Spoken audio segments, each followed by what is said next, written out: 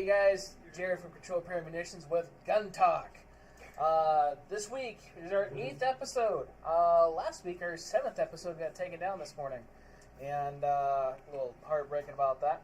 So it got taken down here on YouTube, but it did not get taken down on any of our podcast media. So if you want to catch the interview we had with John Schmitz last week, who's running for Nevada State Senate, it's on Spotify, FM radio, Google Podcast, all that other fun stuff. The links are down below in the description, so you guys know. And that's where all this stuff goes after this. If we get cut off here short, it may be because YouTube kicked us off. Yep. Just put that out there. So speaking of that, before we start with our tonight's guest, go ahead and hit the First Amendment, just so we can specify what the First Amendment is. First Amendment is right of free speech.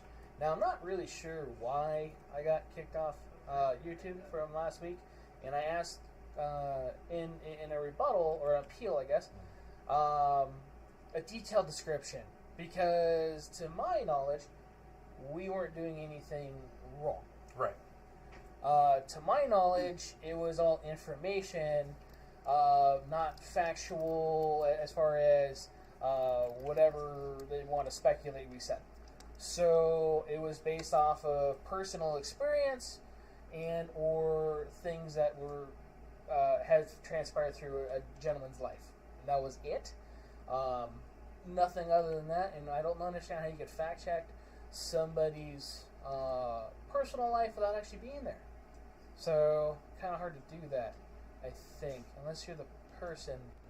If their life is part of historical documentation. Right. Then probably so. Right. Don't make sense. So,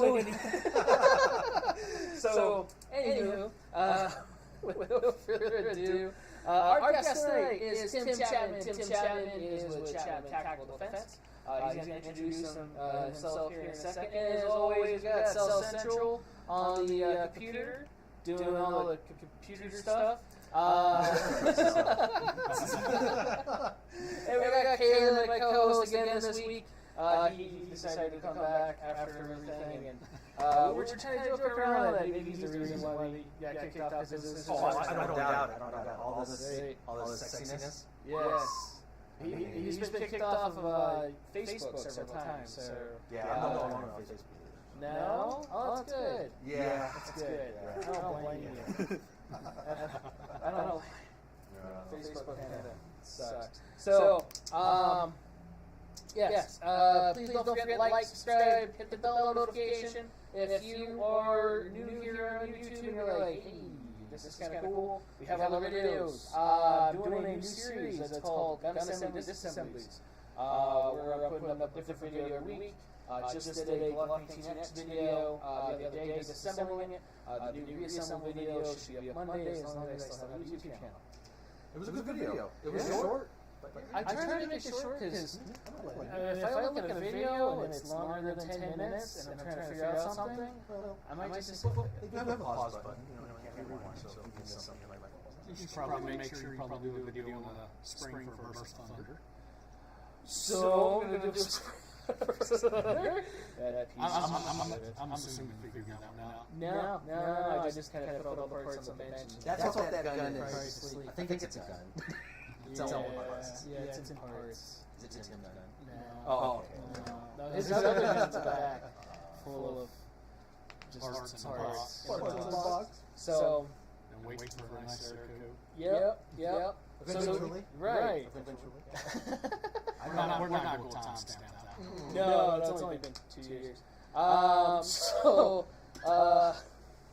Stop it. So we do have that new series here on YouTube. Again, as long as you have this channel, I'm going to see about going to a different medium. If you have an idea of how I could stream to a different medium, like, say, Rumble, or something of that nature, where they do allow free speech. The first, you put the First Amendment website up? I didn't see it. First and Second Amendment. Cool. So those websites that they post up, they do have the short, summarized versions of the First Amendment on there, not the long, part, one of the websites has references to where you could actually do that in, or you could just look up the rights where the amendments are placed into. But yeah, so know about that. Moving on. Tim Chapman from Chapman Tactical Defense, he's here tonight. Go ahead and introduce yourself, Tim, and let us know who you are and what you do. Well, my name is Tim Chapman, as you've already stated. I am active duty military still, so I will not be getting into politics or things that are not approved by the DOD. But after my last deployment, I decided to found Chapman Tactical Defense when I got home. Due to the increased numbers of people being first-time gun owners through the COVID crisis and things like that, and a lot of these first-time gun owners have little to no experience. And I just thought, trying to be a responsible firearms owner myself, that I would want to encourage and teach others to do the same. Because all it takes is one Yahoo to give us all a bad image, and we know how certain individuals in our society love to run those bad images and make it look like we're all that way. Yeah. So that's kind of the foundation behind it, motivation behind it. And so far, the classes that we've had thoroughly enjoyed. We've had some great students, a lot of first-timers, two firearms people who had just made their first purchase and had never even shot before, up to a handful of people who had way more experience than me, but they were living the life that I hope to encourage others, and that's to always be a learner and continue seeking training, because it is an diminished skill, and I myself pay other instructors in schools and go through their training because it's important. There you go. Oh, I like that. So where are you from originally? Originally from Nashville, Tennessee. Okay. Now here in Vegas almost 10 years now. 10 years. Yeah. Well, we know each other, what, six-ish? Yeah, about that long. About that long? Yeah. Wow. We met over at where I used to work for Firearms, where you were an avid customer. You're a customer there before I was a customer. Maybe. Not sure. You know, I think we met each other in passing. I was in Vegas less than 24 hours when I saw the sign for all that firearms. I was like, let's roll in there. There you go. Had to establish places I wanted to go to and be a customer at. Mike was a good dude. Treated me very well as a customer. And proud to still call him a friend too. Okay. Where was the store at? It was on Pecos and Craig. Yeah. So it was in like a little suite area where that subway is. It's like real small. You walk in small. Church. Yeah. Killer sound system. Did it? Oh yeah. They were playing their music. It was a lot of content to the whole neighborhood. No. Okay. I like that. Real quick. It looks like I guess we have some reverb. I'm not sure what's reverb.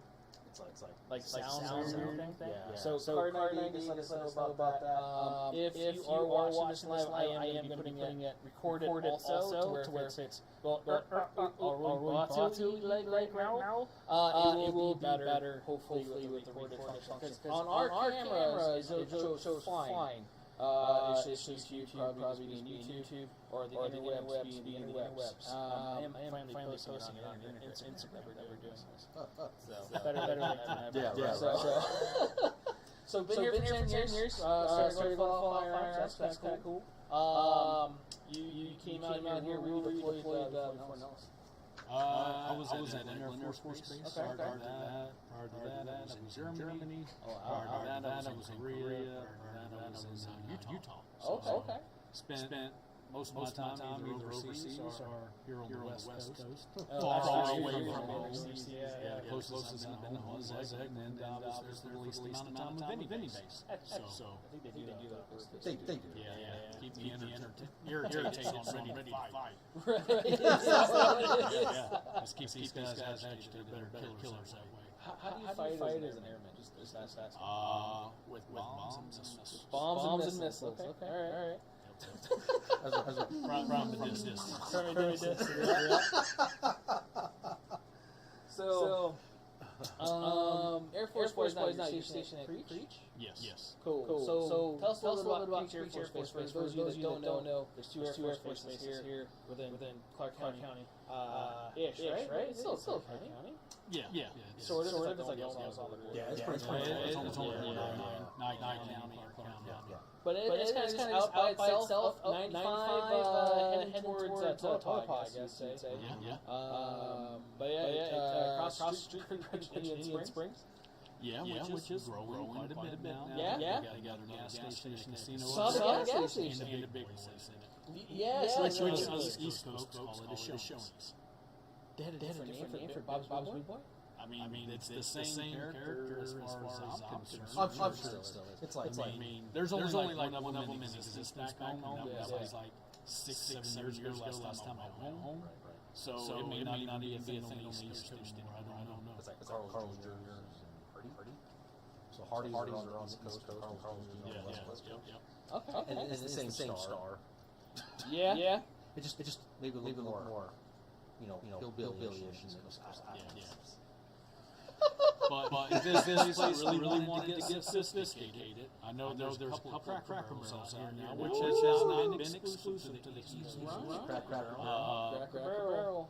But if they wanted to get truly classy out here, we'd get a Waffle House. right off the 95. And that's where coming in my classes will come in handy. Yeah. First job I was a cook at a Waffle House. Really? Yes, it was very interesting 6 months of being 15 years old and cooking at a Waffle House and graveyard chef on weekends. That's where I really honed in my fighting skills. I heard you never really fought until you fought a Waffle House. Hey, man. It's real life. I'm not embarrassed to say this, but if you do frequent YouTube, just look up Waffle House fights. And you will be entertained for longer than what you're willing to admit. I'm not going to admit how long I'll sit there and drink beer or whatever and watch this and like, oh my God, this is amazing. It's kind of like a Gracie breakdown video of how fights in real life happen. But yeah. Are they better fights than Golden Corral fights? Those are the golden ones. There was a Golden Corral one where the entire restaurant was fighting. That's last steak. It's like steak and lobster night at Golden Corral, and people take that serious. I would too for the $14 all you can eat Sizzler, remember? Oh, same thing, almost, same thing. I've never pulled it. All joke aside, one of the awesome things about here in Vegas is the buffets. Oh, yeah. Well, So, the ones that are open. Or any of the all-you-can-eat locations. Sometimes you go for quantity over quality. You just do that.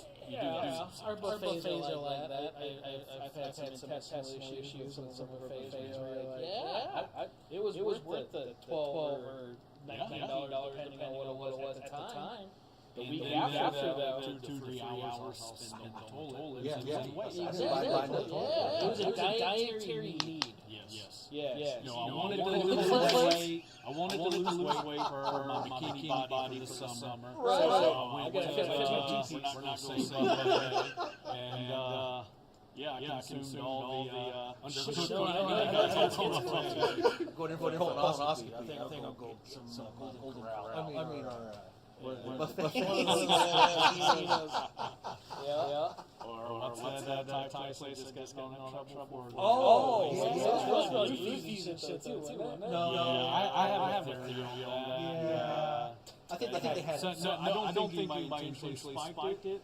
I think there might have been some bags of something that got busted in the shipment. I just thought they had like really cranky customers all like, they'll make me happy. I mean, don't get me wrong. I mean, a legit Waffle House experience during my time there was we had another teenage kid who worked there who liked to go in the back and smoke, and then as he was making chili or something like that, he'd flip his ashes. And he's like, "No, what would be really funny?" He's like, "I'm going to dump like 8 bottles of hot sauce back here and make it really hot and such, and then send it down the surface." So, especially here in Vegas, one of the things that are I am surprised that we haven't heard more of people doing things like that at public establishments. I'm not encouraging it. I was always just kind of waiting. Somebody is immature and going to find this hilarious. Yeah. It's kind of like having Thanksgiving dinner in their house and you want to see Granny eat some brownies. Granny probably use a mellow time. Nap time. Don't encourage those types of behaviors. I'm just surprised that we haven't seen more of it. Yeah, good point. Yeah. There's an echo. Yeah, do you see it? Yeah. I didn't hear it on the headset earlier. I don't hear it either. I lowered maybe it. that's what he was talking about with the reverb. Do you lower it down? Does it sound better? Is it from your top secret appeal rejected? headset that you got around your neck? No, well, hopefully not. You know, let me turn that off. Some RF coming off of Bluetooth? Could be. Tim, are you a genius by chance? I do very well at the B-Dubs tribute. There we go. How about yeah. See, You could be right. Could be right. What's that plate again? It could be the plate in my head. You know, oddly enough, there's a lot of things that do RF signals, like you're talking about. And one podcast I was on, that I got asked to come back, and then they changed their mind. I don't know why. I know. That video probably got taken down. That video. So we're finding the common denominator. Right? It's me. It's me. So, yeah, so I'm going to have to read that email a little bit. But I guess that's that. Yeah, wait. That was a really quick review rejection. Yeah, it was all like, this guy. Yeah. Gun shit? Nobody probably reviewed it. It was probably a computer reviewing it for specific words that were mentioned. And detecting those algorithms. Probably what it was. He never said sorry, and it's still rejected. Right. Did you say so? I don't know. First Amendment. You didn't appease the powers. The overlords. You probably didn't. Probably not. It's okay. So, where were we? We were talking about getting rid of feet. Find a waffle house. Is it really that bad? How about, is it better now? Is it better now? Is it better now? I put a carpet down and everything, hoping this would get a little bit better this week. Might be a little bit of the wooden walls. Could be the wooden walls. We didn't have an issue last Thursday, did we? No, I mean, I guess we had it here or there, but it was after a little bit. That's why I got these foam things. Was the help Fancy mics. the fancy? Well, yeah, the fancy mics, the foam things. China. China, Russia. You know, I mean, that's legit though. Yeah. YouTube's gonna kick us off just because you made fun of the country. We made 10 minutes into it. No, it's not better. Right. As long as we make it into a few minutes. Yeah, it's not better. It sounds better. But it's delayed. No, not better. Oh, not better. No better. No bueno. Yes. Bueno, no. So for those of you tuned in for the amateur hour, Man, got all this fancy stuff. China stuff.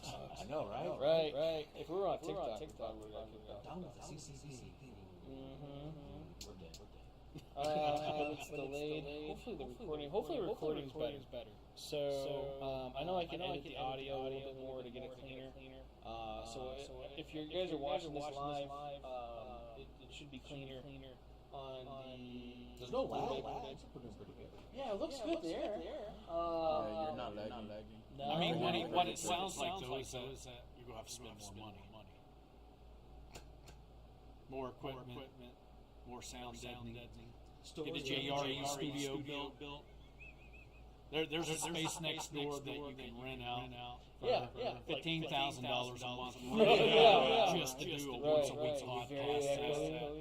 Our wives listen to. Right. Do this at home. Gonna probably have to do this at home. Your pantry. Are we? I mean, we can remote up in the mountains. Not even able to make up words. Do a little bit off-road. I think it's the live. You think so? I think so. I think it's the live because if you're hearing it good there, that's recording everything. So the recorded variation should be better. I think every one of these, the recording is better, period. The bad part is the live always gets the more views. So I like the live views. I like you guys being able to participate and so on. But like that video looks good right there. It does, yeah. That's why I have this little tower right here. And it looks Not good bad. there. Yeah. Yeah. I mean, I'll have the audio there. So Dude, that's a lot of screen we're trying to fill up right now. We're filling it up. That a wide angle? Need more filler? Those guys. That's a triple wide angle. Right. YouTube testing. Yeah, I think it is. It probably is. Yeah.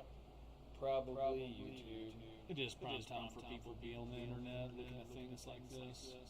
Well, the other thing too is Are they looking at us? we are the On YouTube, in general. They're probably watching some little dance of something, or what's the next thing we shouldn't eat. We are the furthest from the Wi-Fi here on that thing, and that is a cheap ass Lenovo that I was given to from my other job, which I appreciate by the way. If anybody's paying attention from wherever I got that.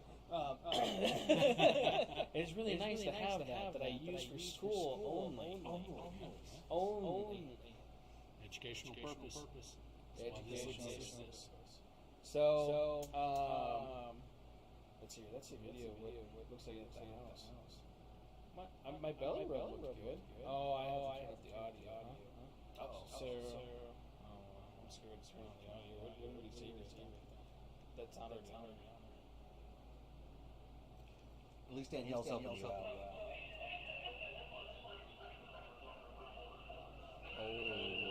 Wow. Oh, dude. So is there there's something else talking. Something else is picking up. Not like the desktop. Is the desktop muted? Hit that mute button up on the top left. See that mute button?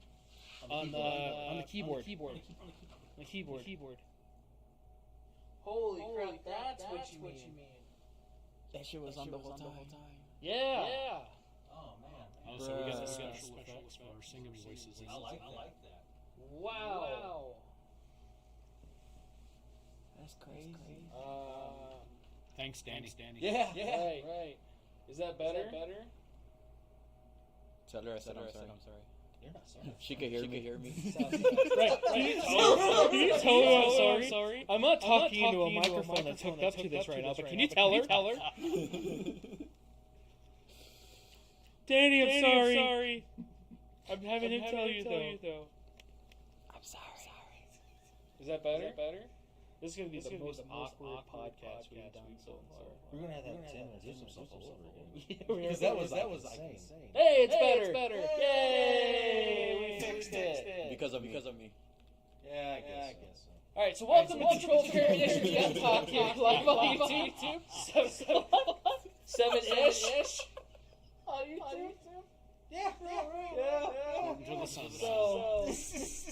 Holy shit. Redo. Yeah. Oh no, still echo? Motherfucker. What you do? Is there another pickup on the dealio on the?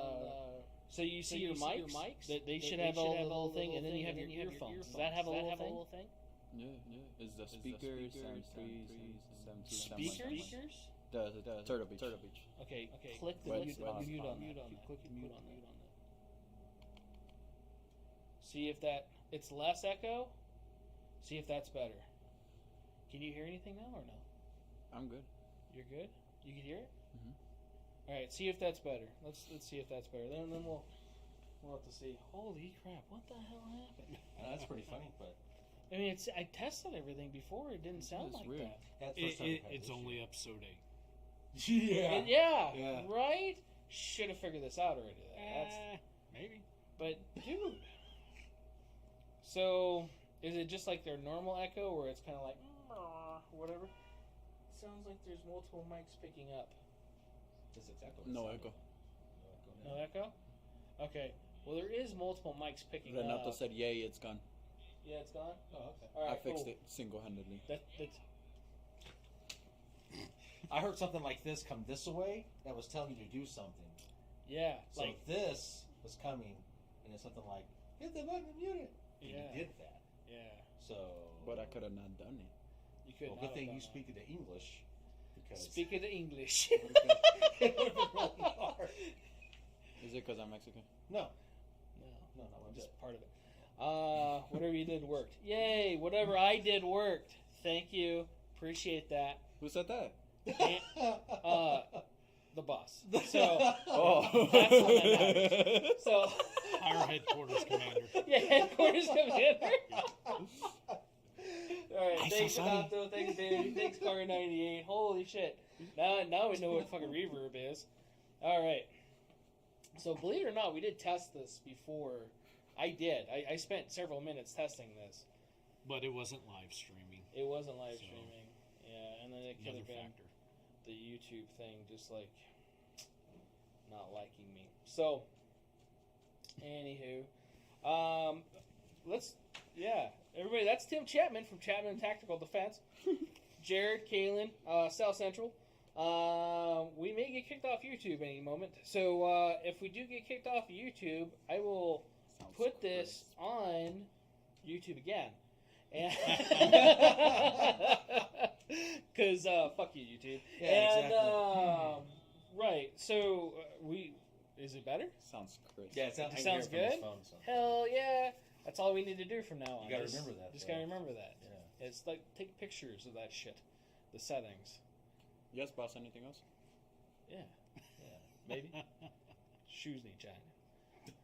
Bruh. So anyway, we're just joking. We love South Central. He only shined my shoes once. So, He did a piss poor job, too. he did. They're still brown. Horrible. Right.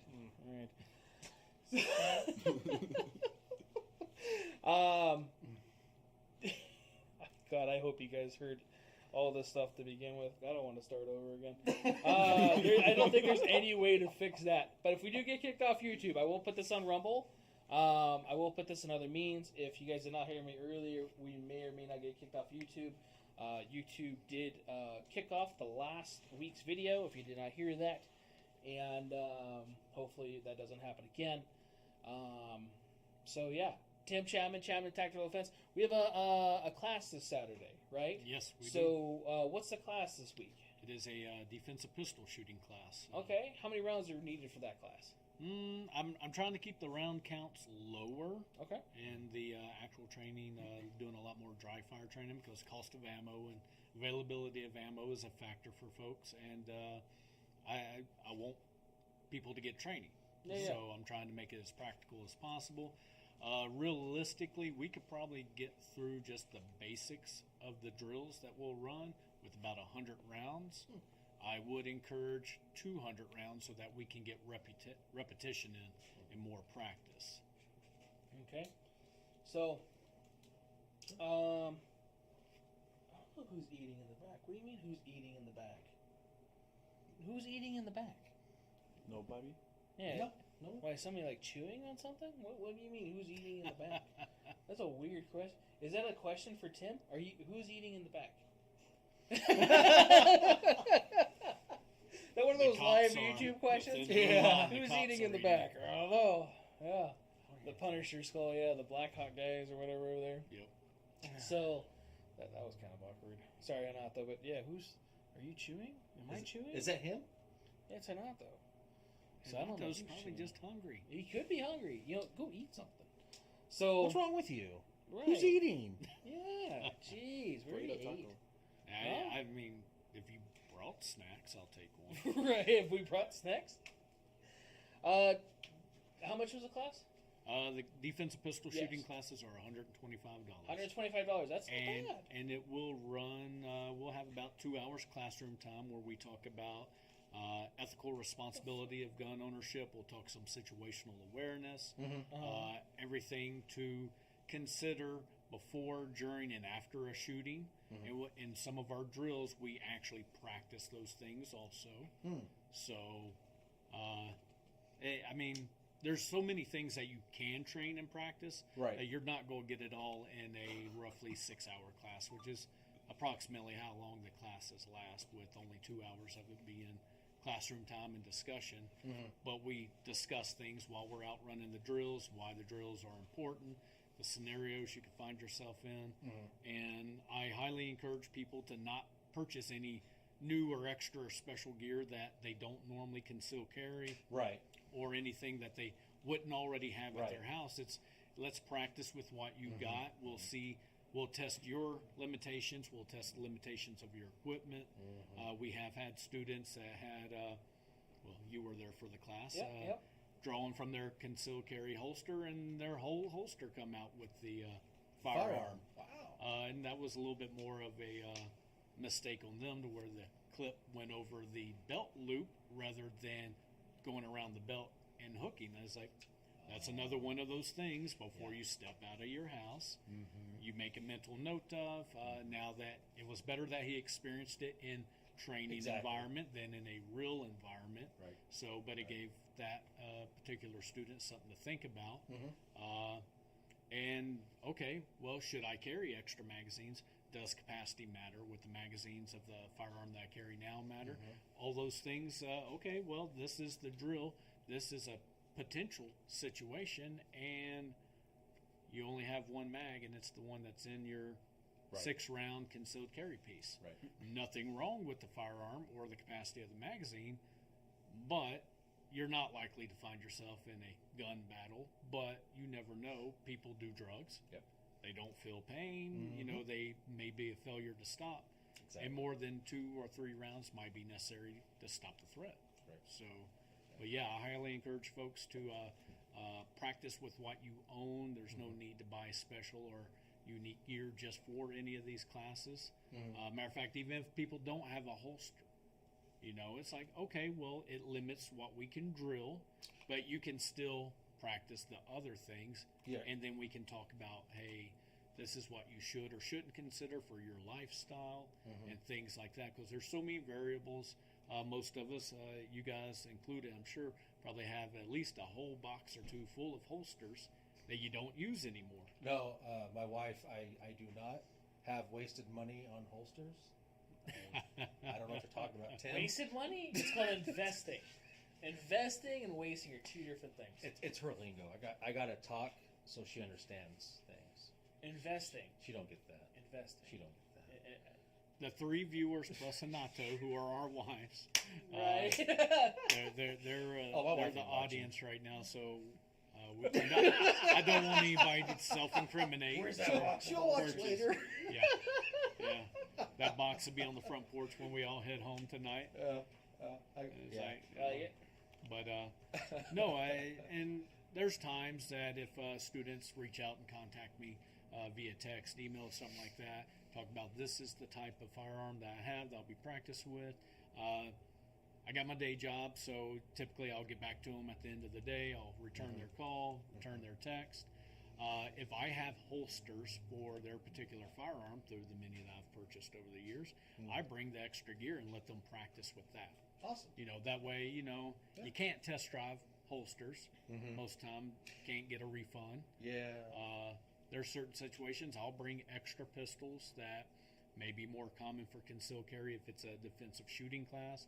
If it's a basic pistol class, I bring more traditional firearms that you'll see on the shelves nowadays. And if folks want to shoot them and test drive them, I don't charge any extra. It's like, awesome. If you don't own a Glock, but you would like to try and shoot one, here's one, or here's a 6-hour.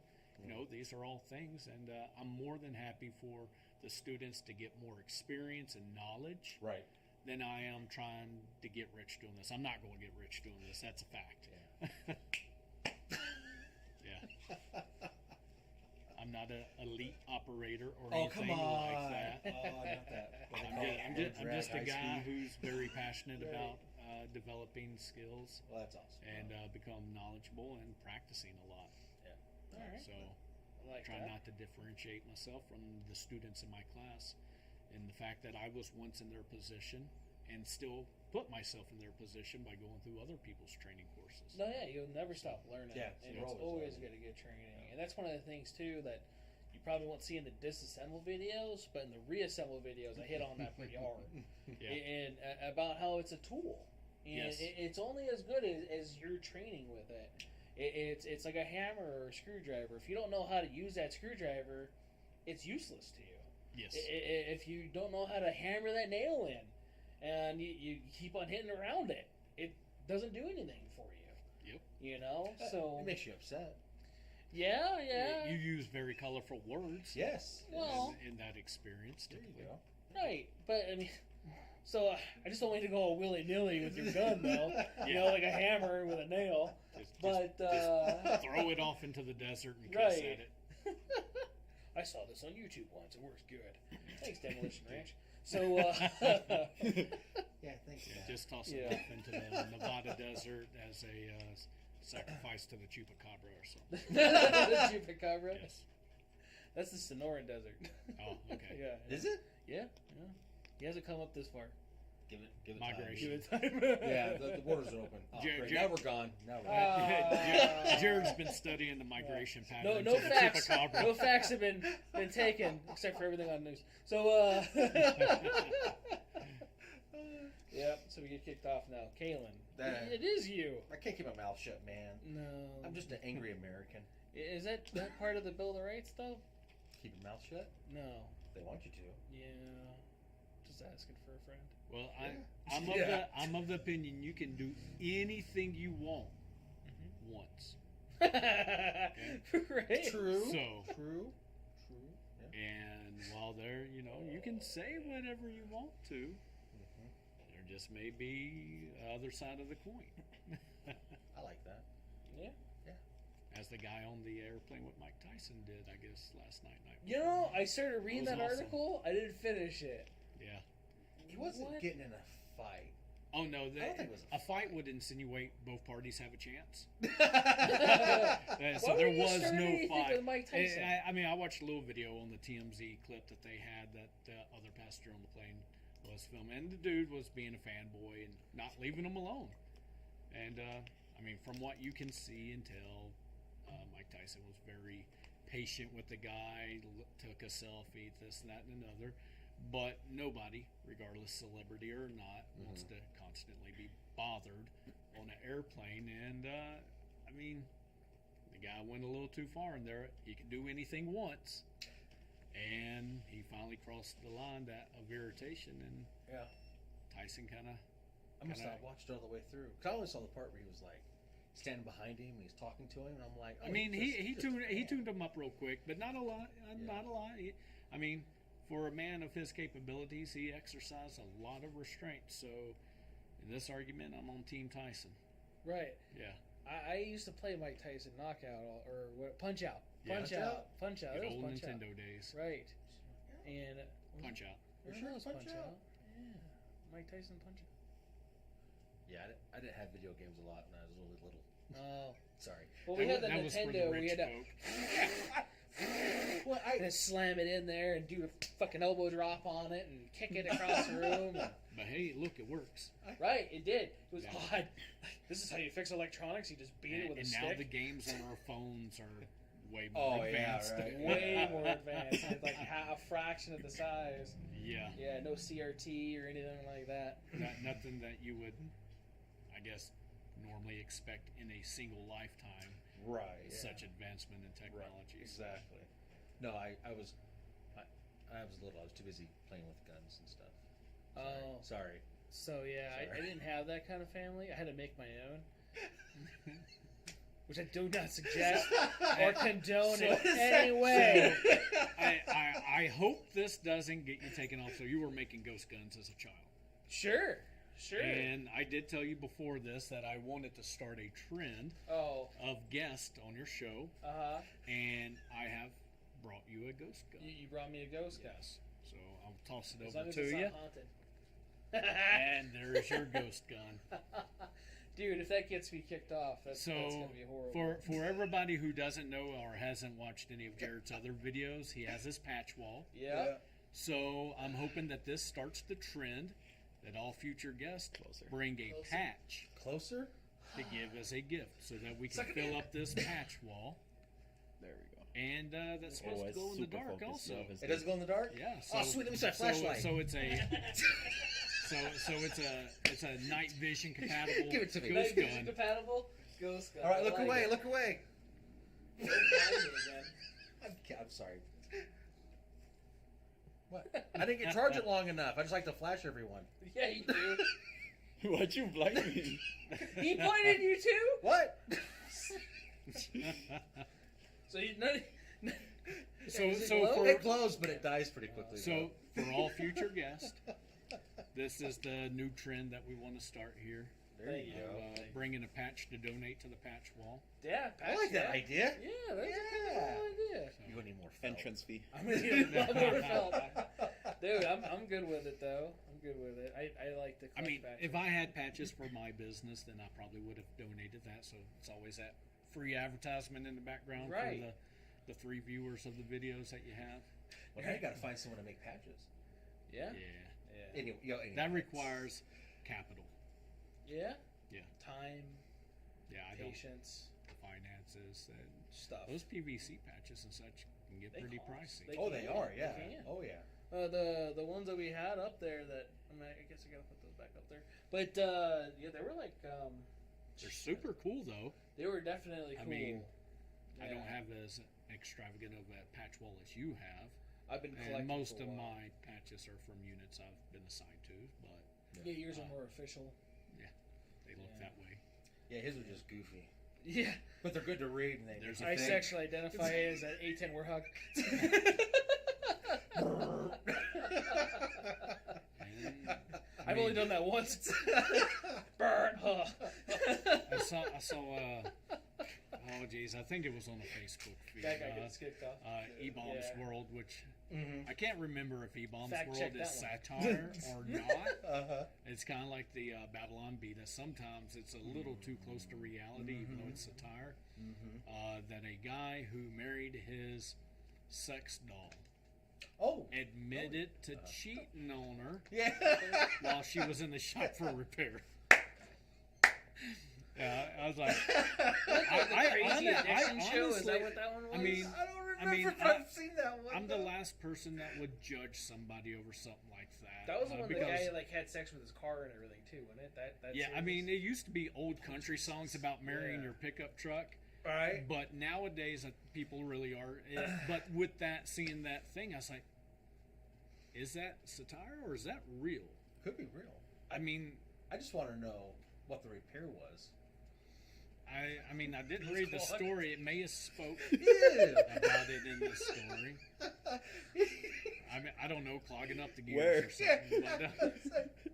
But, all right, Jared's getting a little embarrassed now. I promise not to go too deep off the end of Bro, the you're good. program. you're I'm actually fine. more worried about you and your job position than me. I'm human.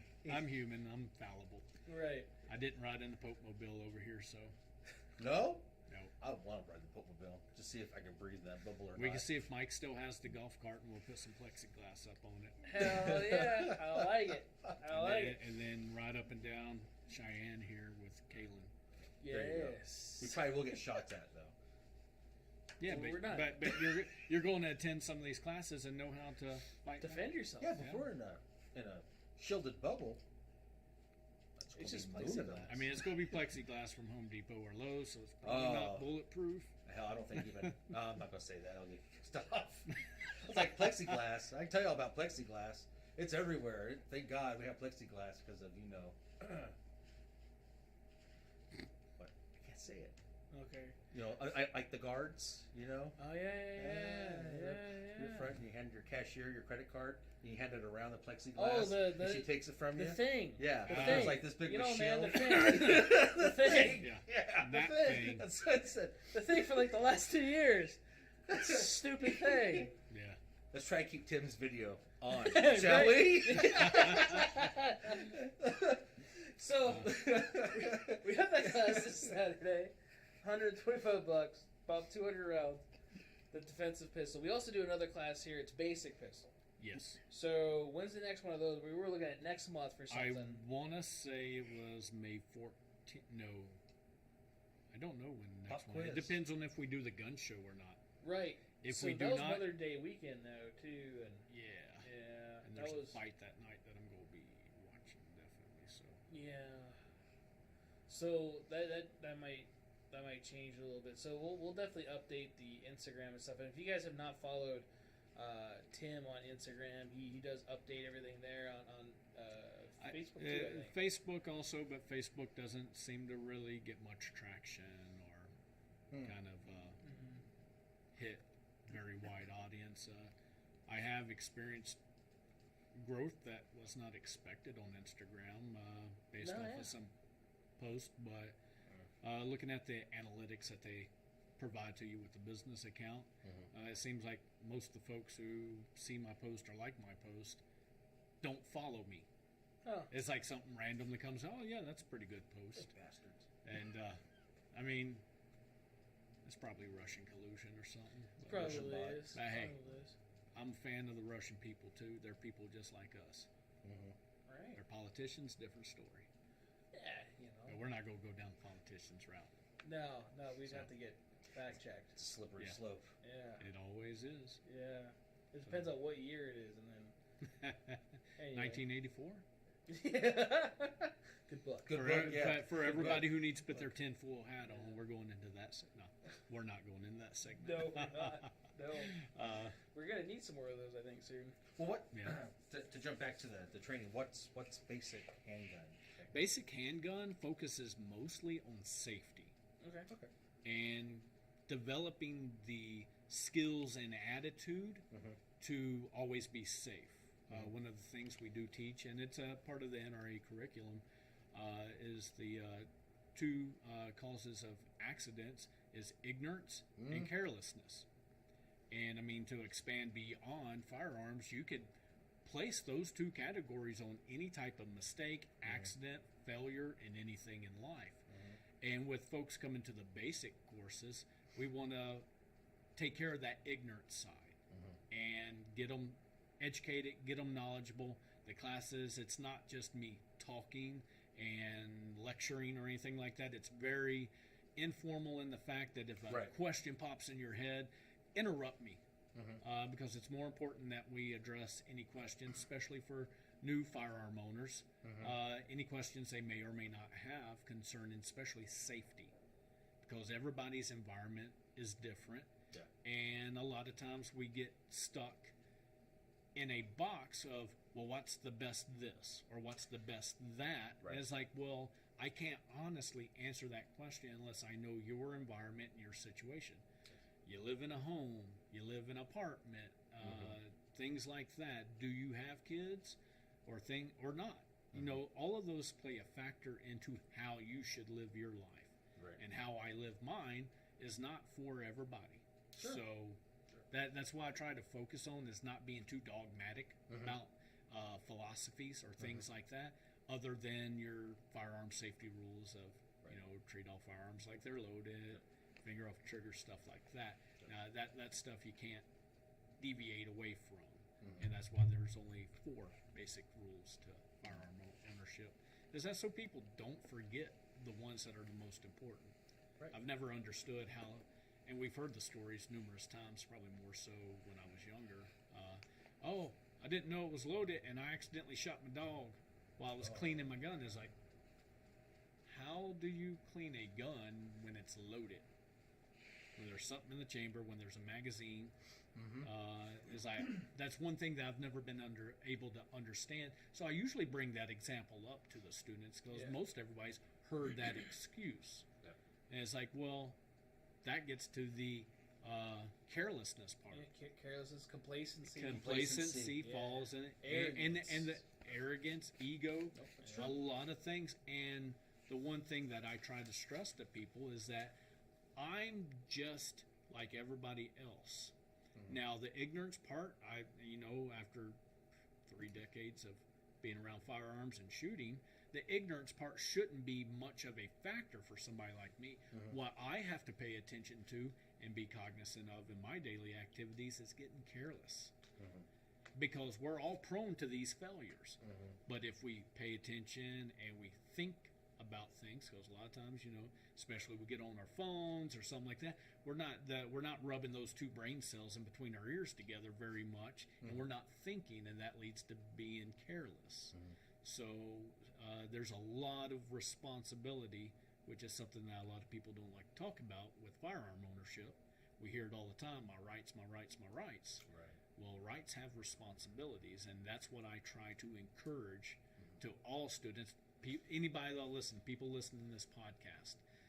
One of the things that I hit on, and I underline it in one of my slides that I have for the class, is this slide, we have responsibility underlined, and it's mentioned 8 times compared to only 3 times that the word rights are mentioned for a reason. Because that's the more important part of our rights is our responsibilities. Sure. I have a responsibility not only to myself, but to everybody that kind of works in my bubble, encounters with me, strangers on the streets, my wife, my kid, all that. I have a responsibility to practice good firearm safety. And I don't want to sound too much like a preacher when it comes to that, but especially with the new to firearms people, I think it has to be hammered home. Yeah. Right. The last 2 years, there's been a surge, Influx. of newer owners, which is great for this industry. But that's a lot of people that have no idea what a firearm is, what it can do, so on and so forth. So yeah, definitely always need training. I took that training class with you 2 weeks ago. You know, learned some stuff there, and the other guy found some limiting factors of your own capabilities and of your gear, and that's what the classes are intended for. I won't mention the very bad person's name, but I think I mentioned it to you before. I don't want to glorify this individual, but he had a very good quote that mistakes made in practice and training are documented on paper. Yeah. Okay? Mistakes made in combat or real life is engraved in stone. Yeah. And I'll never glorify the person who said it, but that's a legitimate perception of firearms training. You know, just like, virtually training with anything that can be used as a deadly weapon. Right. You know, I view firearms as a tool. They serve a purpose. Some of those purposes, recreation, yeehaw, fun. But for me, the vast majority of firearms I own are for specific purposes. So... Good. No, yeah, same here. There's always like the shower gun, which is my 19X. You know, that's because it can withstand it. Hell yeah. And everybody's like, "Why do you need a shower gun?" Like, why don't you have a shower gun? That's the question you should be asking yourself. Well, I've shared the story with you once before, and it wasn't a shower gun, but the residence behind mine, and this was probably 4 or 5 years ago. I'm in the shower. Yeah. And all of a sudden I hear a big boom. The flashbangs. Yes. Yeah. Fast forwarding, it was SWAT with flashbangs raiding the house behind mine because drug dealers. Oh.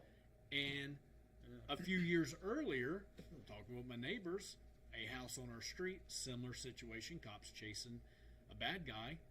Bad guy jumps the fence, busts in the back door of the house. Yeah. Okay? The guy and his family were walking in the front door at the same time, and lucky for him, the guy was armed, but so was the homeowner. Yeah.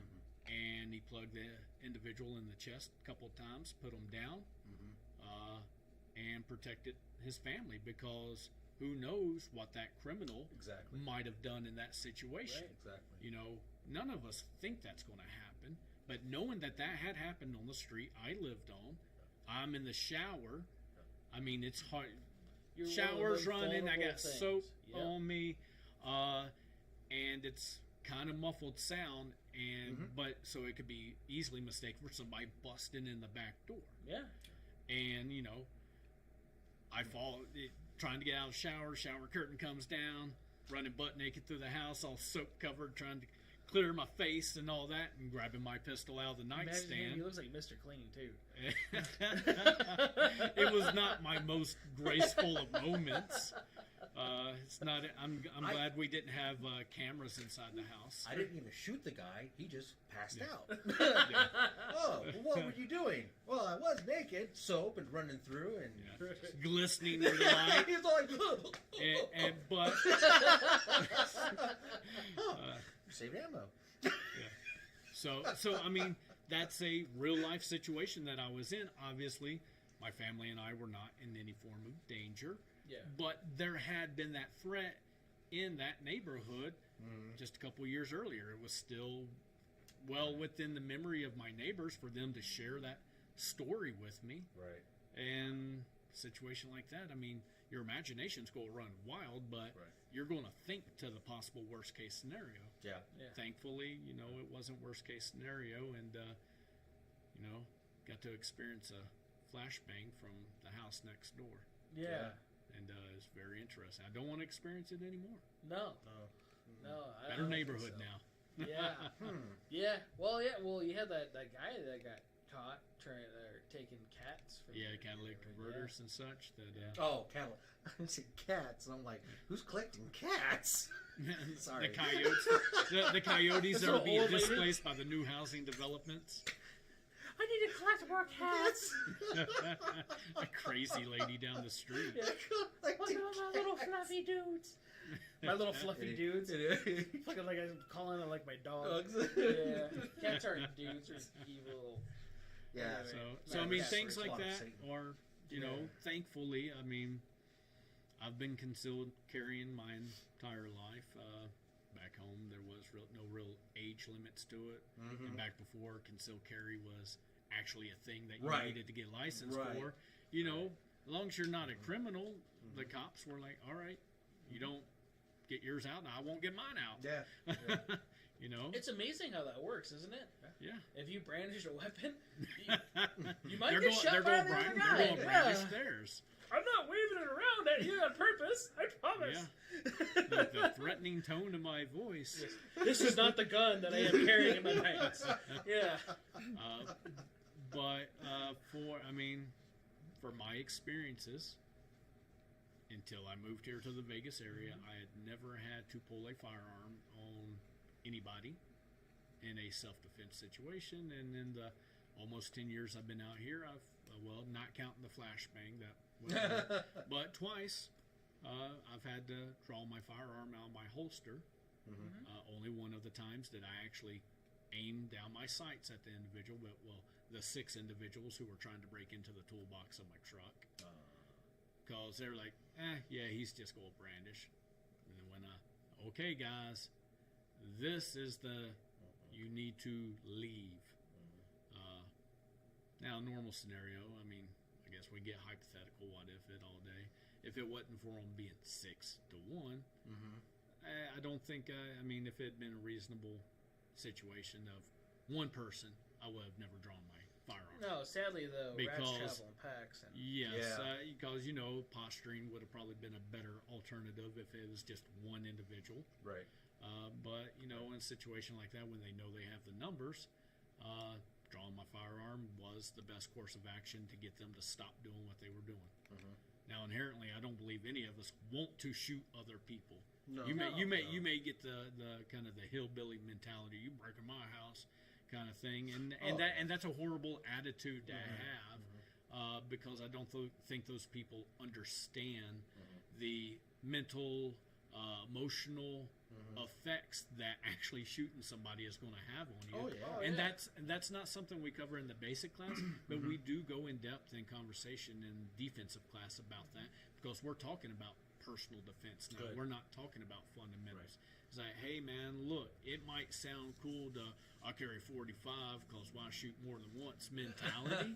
Lawrence caliber. Yeah. I mean, don't get me wrong, I love 45. I love don't my need Colt. more than 7. I love my Colt Wiley clap, but the attitude a lot of times is what I hope to affect with the defensive class. But hey man, look, if you've never been in a situation like this, understand that these are things that are going to happen to you, and it's not glorious. Right. It's nothing like what you would see on the movies. It's nothing like we would talk about in the locker room kind of bro code, and I try to be very much not that gun bro guy when I have these classes, because I'm just a regular dude on the streets that has a passion for doing this, and I want to pass on my knowledge and experiences to others, and hopefully a positive attitude towards not being that gun bro kind of mentality, or some of that old mentality that we've all been exposed to So, Right. I like that, and that's the thing too. Like I find it a lot here where customers want to get and I'm all for it, get a CCW, and they think that's the only training they need. yes. And in the CCW class, I don't know who you're taking the CCW class through, but you're not getting any formal training, any formal gun training whatsoever. It's all laws, regs, and everything else. The NRS rule this, NRS rule that. Here in the state of Nevada, it's a little different. We do have to qualify. There's some states where you just go on, like, take a test and, like, the muzzle's over here. Depends on your status. If you're military law enforcement, some states are like, just come down here, do fingerprints and the picture and pay for it, and you're good. Right. Yeah. Which, I mean, I can see and understand that to a certain degree, but not every military member is a rifleman or a sharpshooter. Exactly. No, I mean, there's everybody does get training. Yeah. And depending on, it's always based off the instructor, whether it's good quality training or if it's somebody that's not. I know my curriculum for getting licensed to be a CCW instructor has been approved by the state. It's just, paperwork takes time, and I'm sure there's other people doing it. But I also know what content's in my CCW class. Yeah. And I would not rely on that content to think that I know how to defend myself. now. Right. You're meeting state requirements, becoming compliant. Compliant is very rarely good enough. Yeah. But there's good stuff in it. I mean, it has to touch on a lot of points, and you're only skimming the surface. And once again, it's hard to. I mean, we all imagine that we're way better than what we are, and I believe it was. I believe it was David Goggins, because I included in the slides for my defensive class that his quote of, "Rarely do we raise to the level of our expectations." That we always fall to the limitations of our training. I'm sure I butchered that a little bit. Hopefully folks kind of get I got it. It's like, I think I can fight that dude. Right. Oh, have you ever trained in anything? No. I'm pretty sure I could take. I played Mortal Kombat though. Yeah, the Call of Duty clans. Call of Duty. Stuff, Oh yeah. It's a lot like that in real life. Don't get me wrong. That's Call of Duty and things like that are tons of fun. Yeah. I wished I had more time for video games. I know, me too. But Give me that look. but the reality and the perception are so vastly different. Yeah. And I mean, as guys, we're more prone to it. Ego gets in the way more so because we don't want to be less masculine. Yeah. So that's one of those things as hey, everybody understand that your expectations aren't going to match reality very often.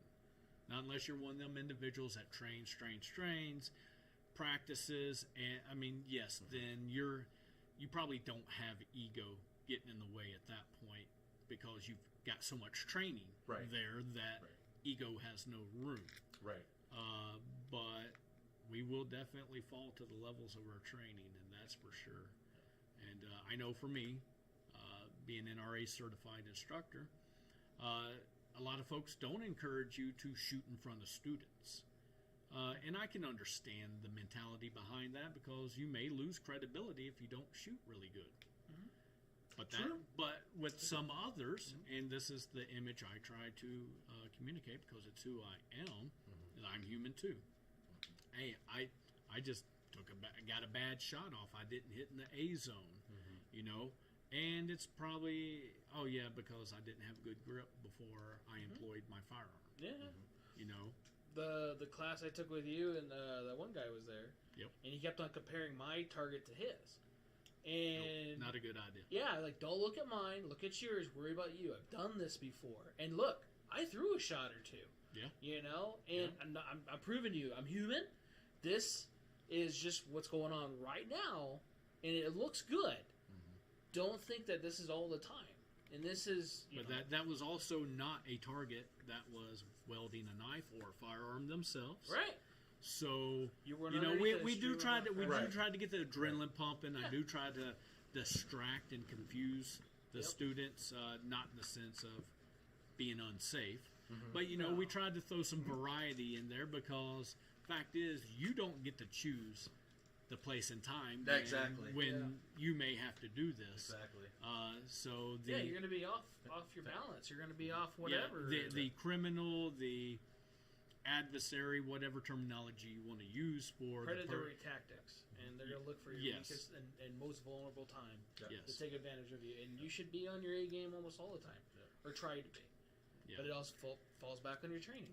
Yeah, and I highly encourage folks that training's not just taking classes. No. Read a book. You know, there are lots of great YouTube University videos out there. Try to exercise your BS filter to the best of your ability. Talk to folks that do know more than you. Sometimes you're going to get bad advice, but you know, it's being active in the community a little bit. I don't really encourage a whole lot of the keyboard warrior stuff on forums. Right. There is good information there, but people, like we know, are emboldened to say or put out information that they don't have to back it up with action or demonstration, especially for instructors. You know, I can make up all kinds of crazy mess and put it on the internet on gun forum, and people are going to agree, disagree, talk trash, promote, do all that stuff, and there's no accountability for it. So that goes back to the being a responsible thing. I don't have to be responsible if I do silly stuff like that. So I do discourage people from venturing into areas where people don't have to be accountable for the information they portray. But like right here, you got 2 couches, free water, soda, coffee maker that, you know, folks come down here, hang out at the shop, and just BS. You know, hey guys, I experienced this when I was out shooting a competition or out in the desert just kind of shooting some targets, getting used to this new pistol, and I noticed this, or what's your thoughts on this? You know, this is a great location just to come BS. Oh yeah, I'd rather talk with someone in person instead of be on the keyboard typing, because if it's like a room and you got all these other voices, all these other people seeing everything, then you're gonna get all these other people chiming in. You're all like, all right, who's a pro, who's not? Okay, all of y'all raised your hand. No. Lost in the confusion of all the posts and the conversations and such. So most of those guys are in their grandmother's basement or whatever too. Like, you know. Let me pause my Call of Duty while I educate this guy. Right? Yeah. I had a guy make a comment. I don't remember what the post was. I don't know if it was on Facebook or if it was somewhere else. But it was a while back, and I made a comment about I carry 2 guns. I don't carry 2 guns too often, but I carry 2 guns. My big primary, like a Glock, and I carry the smaller revolver. And some guy's like, oh, you play too much Call of Duty if you think you could draw a second gun. And I'm like, well, technically I kind of carry the second gun so I can give it to my wife, or I can hand it to someone that I'm with that I know is responsible with firearms. Yes. Because there again, she also has her CCW as I do, but she don't carry as often as I do, so I can arm her if I had to. So I got this not an argument, but I got into this conversation with this guy, and he was just like, no, you'll never, no purpose for carrying 2 guns. And I'm like, oh, well, maybe not for his environment. Right. And that's how I kind of ended it. And I'd be like, okay, that's interesting. I don't do that. Right. But I try to put myself, okay, well, Kalen, he's okay, yeah, I could probably see where that would be beneficial for your hobbies, the places you frequent, things like that. Yeah, I guess I could see that. I mean, I guess a good example of that is I done a private class about a month ago for a group of realtors. I was spoke to one at the gun show who was like, yeah, you know, I'm just a normal woman. I'm not big and bulky. I can't fight, things like that. And she's like, but I do open houses. And I've come across some very scary situations. She's like, do you have any classes specific for that? I'm like, no, but I know some realtors. And I spent some time talking to them about situations and environments. Squatters and so on. Yes. I was like, okay, what's some of the stuff from your experience? Now, I'm only one person. I only spoke to about 5 different realtors that I know. So, you know, it's not like this huge university study or a CDC study or anything like that. Right. but it's applicable, the information I got from these individuals for this area, the Las Vegas area. Yeah. And I called the lady up. I was like, hey, look, I spoke to a lot of other folks that are realtors, and I kind of developed a curriculum based off of what I believe your experiences are. And I told her, I said, you can attend the class for free because I want your feedback, because you're helping me develop this to be specific for your environment and those of other realtors. And we went through the whole class. It was about 6 hours worth of training and such. And she was like, this was excellent. This just, it was awesome. I had like 6 realtors in the class. One of them was an older lady. She was in her upper 60s. Pretty petite. Not a whole lot of hand strength or dexterity. Yeah. And I know I got sidetracked a little bit, and I'm coming back around to You're the okay. what works for you may not work for me mentality. Jared, the type of grip, posture, and things that I teach, some techniques. It's nothing groundbreaking. It's nothing new under the sun mentality. It's all science. Yeah. It's all technical. It's mostly fairy dust. You just don't see that. But I had this elderly lady who had lots of experience recreationally shooting pistols. Okay, shooting the paper targets, things like that, which is great. Something is always better than nothing. Yeah. And she's shooting, and she couldn't hit dirt in the desert. And we're only standing at roughly 5 to 7 yards from the targets. So, kind of that distance where a concealed carry employment would happen. And then fighting range. Yeah. Yes, fighting range. And she is like, I'm trying to do this the way you talk, and I just can't do it. I never shoot this bad.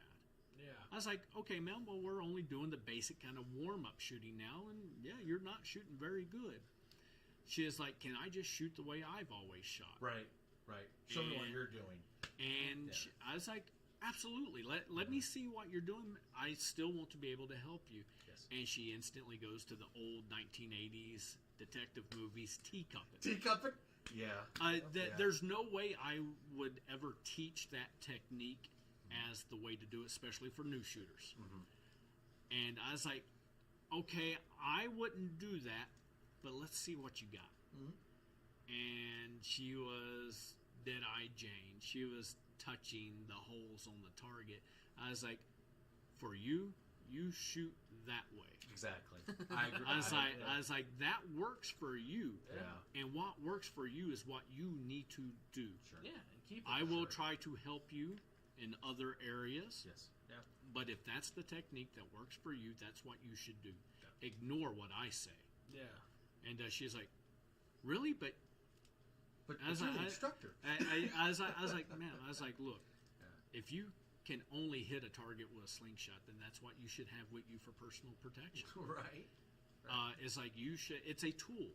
Yeah. If I can't employ this tool properly in an effective manner to reach the end result that I desire, then I shouldn't be employing this tool. Right. And I was like, look, nothing's absolute. I was like, so you continue to do this.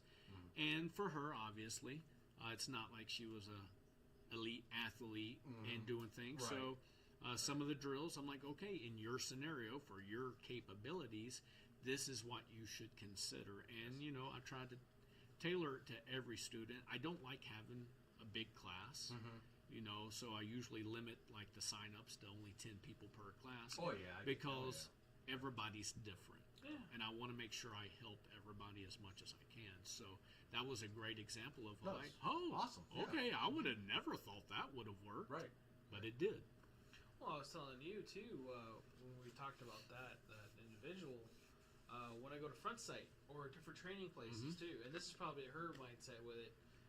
Usually the instructors of a class are kind of like this is the way you should. Yes. Yeah. They go, oh man. I think a lot of that is being that those are large organizations. I think a lot of that's more founded in liability. Yeah, and it's and I can understand. I can understand that. Yeah. I get what you're saying. I've taken plenty of classes out front. But Your Honor, and I it's went always here been and great. they taught me this. Yes. Yeah. It's like, okay, well, there's nothing wrong with trying something new, Mm-hmm. but the end result needs to be something that works for you. Exactly. And It definitely needs to be. yeah, and the individual that was in the defensive shooting class that you attended, Yep. After he took the basic class, I told him, I said, look, man, you already know a lot. Mm-hmm. I wish you would have shared some of this with me, because I wouldn't have had you waste your time going over these super basics. Yeah. We could have done a lot more for you. And he was like, no, that's absolutely fine, because I need to hear this stuff again and again and again. I told him, I said, okay, by all means. I was like, this guy was huge on training. Yeah. And I was like, that's awesome, man. I'm glad that that's your attitude. I was Yeah. like, but I'm not the oracle on firearm shooting. Right. I have techniques, practices, 30 plus years of shooting myself under my belt, lots of education, training through other schools myself. I was like, but there's other people that are doing great jobs out there, and you're going to be able to get something from everybody. So I encourage folks, hey, look, you don't have to get training through my business or through me. I encourage you just to get some. Get training. Yes. Period. And that's Period. what I've also said on those training or the videos I've been doing. Yes. Is like, look, we do training here. If you're not in the Las Vegas area, or if you're in the Las Vegas area, there's tons of people here. There's tons of places. Depending on where you're at in the country, there's tons of places. Well, depending on the country. Even California has places. Oh, yeah. It might be regulated, it might be Nerf guns, but I think, and this is just my thoughts on it, is that we've seen a lot of new schools, high quality schools, since this extended time in Iraq and Afghanistan. A lot of veterans are separating, and they have passions very similar to mine to promote responsible firearm ownership. And there's a lot of great schools out there. There's a lot I want to go to myself. Oh yeah. And Front Sight, like, I'm not going to bash them at all. I've very much enjoyed and gotten a lot of doing numerous classes out there. But what's not realistic for most people is being able to attend a 2-day class. The money that it costs, I'm not going to put their prices out there or anything like that, because I don't want to discourage it depends people. on the packages. So, and a 2 or 4 day class is not realistic. No. And now with that's gas prices. Yes. Yeah, we got to drive out there. Yeah, Might as well just stay in a hotel or camp outside of it. Yep. That's what the rooftop tent is for. Hell yeah. But, that's why I try to focus on the 2 things that people typically don't have enough of. And I try to provide service at an affordable price and in a reasonable amount of time. Right. Yeah. I don't want there to be a whole lot of fluff of me trying to upsell you or anything, or convince you to take another class from me. Or hey, look at these awesome trauma kits we have. They're great to have. We can keep those on us for in case an accident does happen. It's like, no, let's get to the meat and potatoes. Let's get questions asked. Let's have conversations. Let's do these drills. Let's experience things. And like I said, people don't have enough time or money, me included. So I try to cater to the fact that I want it to be affordable, not only on your checking account, but also on your clock. So, typically 4 to 6 hour classes is something that people can make that happen. Yes. Yeah, it's easier to do, and definitely affordable based off of, and not saying that it's you get what you pay for and like that, but it's definitely affordable. Yep. I've taken less expensive classes, and anyway, so The quality shows. Well, I mean, and I've only been doing this for a I don't few even remember months. the company's name. Was the guy in the shower showing you how to get your shower gun out and everything else? It could He's have like, been. it's like, my next move is called a flashbang. You Tell have children to, turn you, away. you have to move your shower beer out of the way to get to your shower pistol. Yes, or the shower chicken. Oh yeah. Have you seen the meme where he had a chicken leg and then it was like a HK 93 or Good some grief. shit? No, I know. Yeah, or like a foul. That's nuts. I was like, I had some students send me that. They're like, hey, this reminds me of you. Like, why? Because I'm fat and I'm going to eat chicken and I might have a gun in the shower? What are you trying to say, man? Right. Gee, multitask. Yeah, man. Well, I got a question for you, gentlemen. Though. Okay. Okay, and maybe you've covered this because I hadn't got to tune in for the last 2 weeks. That's no excuse. Podcast. Slack. Yeah. Well, last week I guess you Well- did. Well, last week. It's a two-part question. Oh. What's your favorite concealed carry pistol? Okay. And what's your favorite pistol to shoot? Oh, shit. I mean, I've brought my two with me. Right, we're going to go over those in a minute. Although neither one of these are my concealed carries. No, I mean, But they're my two favorite. yeah, one of them I've concealed carry in a church. So, not yours, but particularly. Mhm. So concealed carry, I conceal carry a Glock 19, and I'm a SIG fanboy, and a lot of people know that. And we know. like HK, like a lot of the higher end stuff or whatever, right? Yeah, a lot of people know that. But Glock is a great brand, and there's a lot of great brands out there. And again, it's a tool; it's how you use it. Glock is a gun I could for sure rely my life on. Yes. And my loved ones and the people around me, because I know no matter pretty much whatever, it should go boom. It should go and do its job and work efficiently. Yeah, not that any other manufacturers are less reliable, No. but just through mechanical knowledge, because Yeah. I know you got a lot of mechanical knowledge also. Yeah. Typically, a simpler design is always more efficient and Simpler, reliable. little loose tolerance to where it allows excess amount of debris to be in it to function like an AK, unless it's in mud, which thanks Grantham for proving that point out there. I love that dude's videos. Dude, especially Kudos the to him science for ones. being successful. I'm happy for him. Dude, it's awesome. Awesome. Very Very entertaining. awesome. Hell yeah. And informative. Have you seen the newer series, the Recce videos? Yes, the he survival just done mode? the urban The urban one, yeah. very good. You know Oh, I watch yeah. those. I had to ask because I have been Taking liking it. notes and ooh, Right. I need to get some of this. I guess I need to get right But marine now- pads. But now he does say, "Don't do what I do. Right. Do what works for you." And I'm like, Yes. "I like your stuff." I'm like, what? No, I want to get that.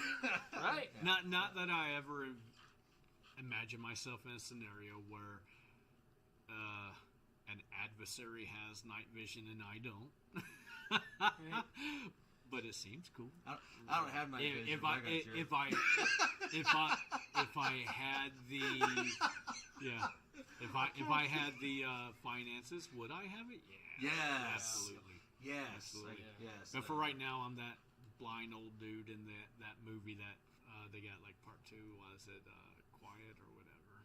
Oh, They yeah. break Quiet into Place? his house. Oh, not Quiet Place. They Quiet. break into his house and Yeah, he's yeah, a blind yeah. old Oh, dude. that guy. Yeah. Yeah. That's intense. I've only seen the first one. And it's intense. Yeah. But yeah, I haven't that's seen my the extent second of one. night vision. I don't have it. Yeah. See, I got it. It is awesome. I want to invest in thermal. Yeah, thermal would be. That'd be awesome. That'd be, I think, a little bit step up over. I'm just gonna cover myself in mud like Arnold and Arnold Predator. Schwarzenegger. I'm going to negate your. So when we get thermal. the thermal, we're gonna have to try that. Like, cover yourself in mud, Tim. Well, did So that's a future video. That's a future video. We're gonna go put Tim in mud. Well, there was a video. I don't remember if I saw it. Who did it though? We But can mud wrestle and do that. I'll do some would. sit-ups before we do that. But Huh? they used. I'll do some sit-ups Some before I do sit-ups. this. So Right. I I'll need to take do my some shirt off. sit-ups too. It's Yeah. like- I'm getting cramps. Wait. so we got the Glock from you though. Oh, yeah. So what's your Okay. What's your favorite recreational? range gun? Yeah, what's your recreational? Man, I just enjoy this, but I wouldn't conceal carry it. Sig. It's a SIG. Dude, It's right. a SIG. It's a SIG. So, God, it's hard because I got several new handguns. Does Daniel know this? She knows. Oh. She knows. Everybody's like, don't tell Daniel, I'll get him in trouble. We're at the plan I his get funeral. myself in trouble as it is. And I'll even tell people, like, don't worry about telling her, I'm going to fuck this up. So, because I'm going to go ahead and go over there like, hey, so I did a thing. Don't worry about it. I sold like 2 guns to get this stuff. And, or sometimes 3 or 4. But, Does Then it she's equal like, up? look at this litter of puppies I adopted while you were doing that. right. Love you, Danny. Magically. Yeah. Why are these dogs here? Don't worry about it. Got it. Nice new pistol, Jared. Yeah. No, I love the dogs though too. So it's a win-win for me. I get pistols and dogs. Oh no. Torture me some more. So it's probably what, your X5? So I got the X5 226 single action from Germany. I love that gun. Great handgun. You almost don't have to aim. It just it shoots. It's like the Roger Rabbit fucking gun. But the bullets are a lot smarter, I think.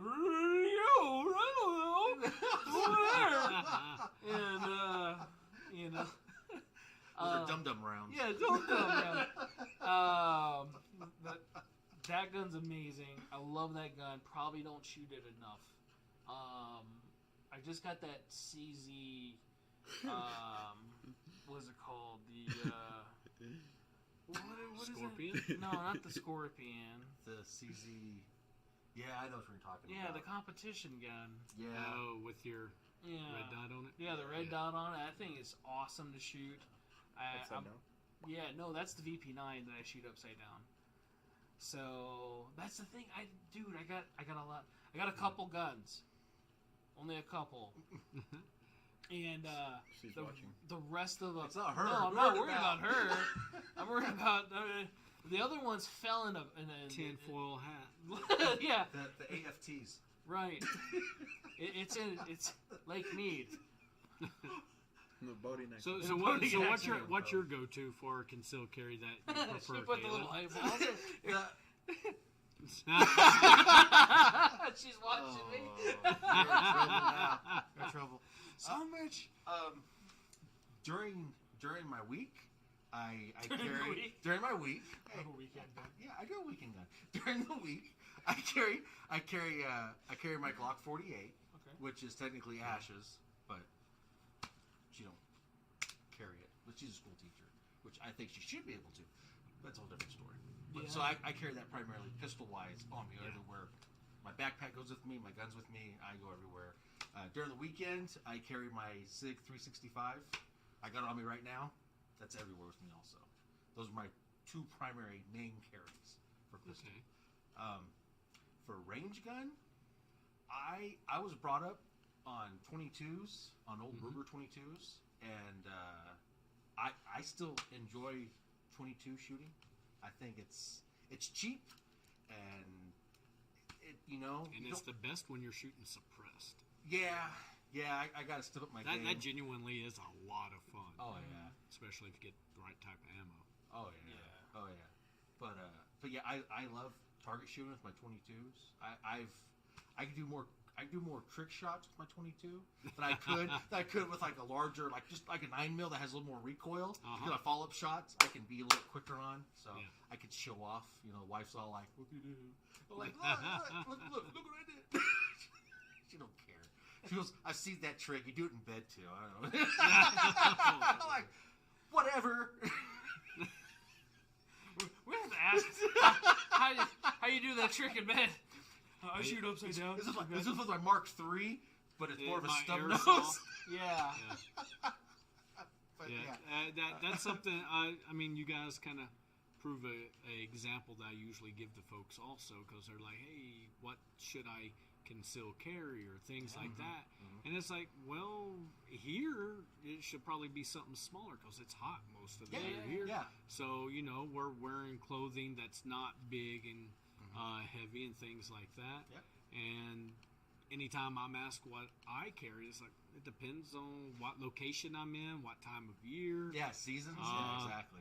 Yeah. I don't always like to carry inside the waistband, but if I'm up in the mountains or something like that, up in Utah or something like that, and I got a big jacket on over top of it, I will carry my 19X in that outside the waistband holster, and it's still very much concealed. Yeah. I can't wait till wintertime. I carry my Desert Eagle 50 AE, and no one knows. and there have been times, but typically, I can still carry Glocks most of the time, 43Xs. Well, I look at it. I have nicer guns, Yes. and if I use a firearm in self-defense, I might not get it back for a while. So I really don't want to use my nicer guns. I do buy, good brand names that I know that will save my life. Yep. But I don't want to use the pretty ones. Use your high point. I think I'm a little bit different than most folks, because most folks think exactly like you do. Go different classes, have some of these conversations. There's like, well, yeah, that's why I have a Glock, is because I don't want to shoot them with my Colt or my SIG, right? Because the cops are going to take it. Mm-hmm. Which, I mean, it's an okay reason. Depending on the scenario. Oh yeah. Yeah, depending on the scenario, location, and all the lots of factors. If it's the only gun but I mean, I can honestly say I don't usually take that into consideration. Mm-hmm. I mean, obviously, I don't usually carry Cadillac guns with me. What? You know, like the one man spot video where he's staring at the safe and he's thinking like, "Fuck, which one?" There have been times, because I know from my personal preference, a firearm that I just genuinely enjoy shooting at the range or something is a 1911. Okay. And I shoot well with it. Mm-hmm. This is my favorite one. It's my Colt Wiley Clap. Mm-hmm. It's definitely, the designs of it are for the professional shooter, I guess you would say, in the sense of like personal protection, not pro competition. Right. Yeah. Right. And I genuinely, really, really just, it's like, man, I enjoy shooting this one. Yeah. And I have concealed carried. I got holsters that I can inside the waistband or outside the waistband. Obviously, season, location, things like that matter. I know there's always the argument based off of, carrying capacity. And it's like, well, carrying capacity only comes into play if you're not a good shot. It could come into play if you're in Fallujah. Right. All right? But typically, in most experiences, a well-placed shot is the most important thing compared, not caliber, not capacity. I mean, with that being said, the difference between why I don't always conceal carry a Glock 43 with 2 extra mags, because realistically, we're looking at 19 rounds if you carry with 1 in the chamber. But that's with 3 mags. Yeah. Go into the Glock 43X, whether it's MOS or not, you got 10 round capacity, so plus 1 in the chamber. So now I got 21 round capacity with 2 magazines. Right. Now, obviously, it's a little bit longer of a grip. You have to adapt the clothing, and once again, it's a tool, time frame, things like that. So capacity does matter, but it's not the sole factor. Is usually the way I look at it. And I don't view any particular caliber as a man dropper. Like I've heard many times in my life, a well-placed shot is the most important thing. Right. And that's where training and shot practice. Placement. Yep. And it doesn't have to be training and practice within a class. I love the Mantis X for dry fire training at the house. Does it hit everything that we need practice on? No, but it covers a lot, and it's great It feedback. helps, especially with ammo shortage. Oh, yeah. Oh, yeah. Yeah, I mean, there's so many things that you can be coached up on by something that, usually about $250-ish for the newer one, the X10. The 10 X10, yes. Yeah. But I can tell you right now, $250 in ammo, I will typically go through in about an hour or 2 of doing some legitimate training for myself. And you don't get it back. No. So you at least keep unless you pay the money to Yeah. reload in the time that it takes to reload. And that's not always feasible for most folks. No. But, I mean, there's a lot of good things out there. Is it raining? I thought it was the wind. No, that's the okay. wind. So that was the other thing, too. We were talking about, like, Mantis X and training. Yeah. We started doing the airsoft stuff last year. Yeah. And we were just actually talking about going out tomorrow because we haven't been, and the weather's been getting good. It's been getting nice with the... I think this started because I said, hey, let's go out Friday. Yeah. And, I don't know where it's going. Yeah. I mean, something. What was that old movie where they Wanted. Wanted, Yeah. curve the bullets as they shoot it? I mean, hey, It could happen. It could. I have tried it. I just don't think I have the wrist movement for it. Yeah. You know, my wrist is a little stiff. You don't got the flick of the wrist? I don't have the limp wrist action. No. I think we're about to go into a bad neighborhood. We're about to This go is into going a downhill bad fast. neighborhood with this conversation. Yeah. Keep him out. I ain't saying anything. Well, and one of the things also that I have experienced, I know many times going through other classes, BSing with folks and things like that, that I try to caution my students against is that a firearm is a tool of last resort. Yeah. Yes. But too many people depend everything they have into you. Some people need to. Not everybody. Yeah. So that's where I usually encourage people, hey, look, you can get gym memberships for $10 a month to get in decent shape. You don't have to be a pro athlete. You just have to be in good enough shape and condition to survive a situation if you were ever found in it. Yes. Now, obviously, I'm a huge proponent of martial arts also, especially jiu-jitsu. Good. That's good. And I highly encourage folks to, not everybody's physically capable of doing martial arts, but there's things you can do besides just practicing to shoot in self-defense. Becoming knowledgeable in situational awareness, because the greatest deterrents are being able to protect yourself is not getting in a bad situation in the first place. Exactly. But that conversation doesn't come up very often. No. And I definitely try to encourage folks like that. And when you are in these bad situations, if at all possible, your greatest asset is time and distance from the threat. Yes. If you can run away, then run away. Exactly. Well, if you're not a good runner or anything like that, then there's other things to consider. But I do try and encourage folks to think about these things. What can you and can you not do? Yeah. What scenarios, situations might you or might not be in? Right. And so I definitely try to, the gun's not the only answer to personal defense. I don't know about you guys. I've had this conversation a few times, I think too many, where it's, well, why do you conceal carry? Like, one, I don't like to be in a place where myself or my family could be in a bad position. Like, well, why did you go there? You mean like the world? Yeah, like Walmart? Right. Like, the gas station? So do you just stay at fucking home? Like the bar fight at the Golden Corral. Right. Obviously a situation like that, the time and distance thing comes into play. But, I mean, Dave Chappelle demonstrated it best in his skit comedy, when keeping it real goes wrong. Yeah. And there's a lot of people out there that want to keep it real. There is.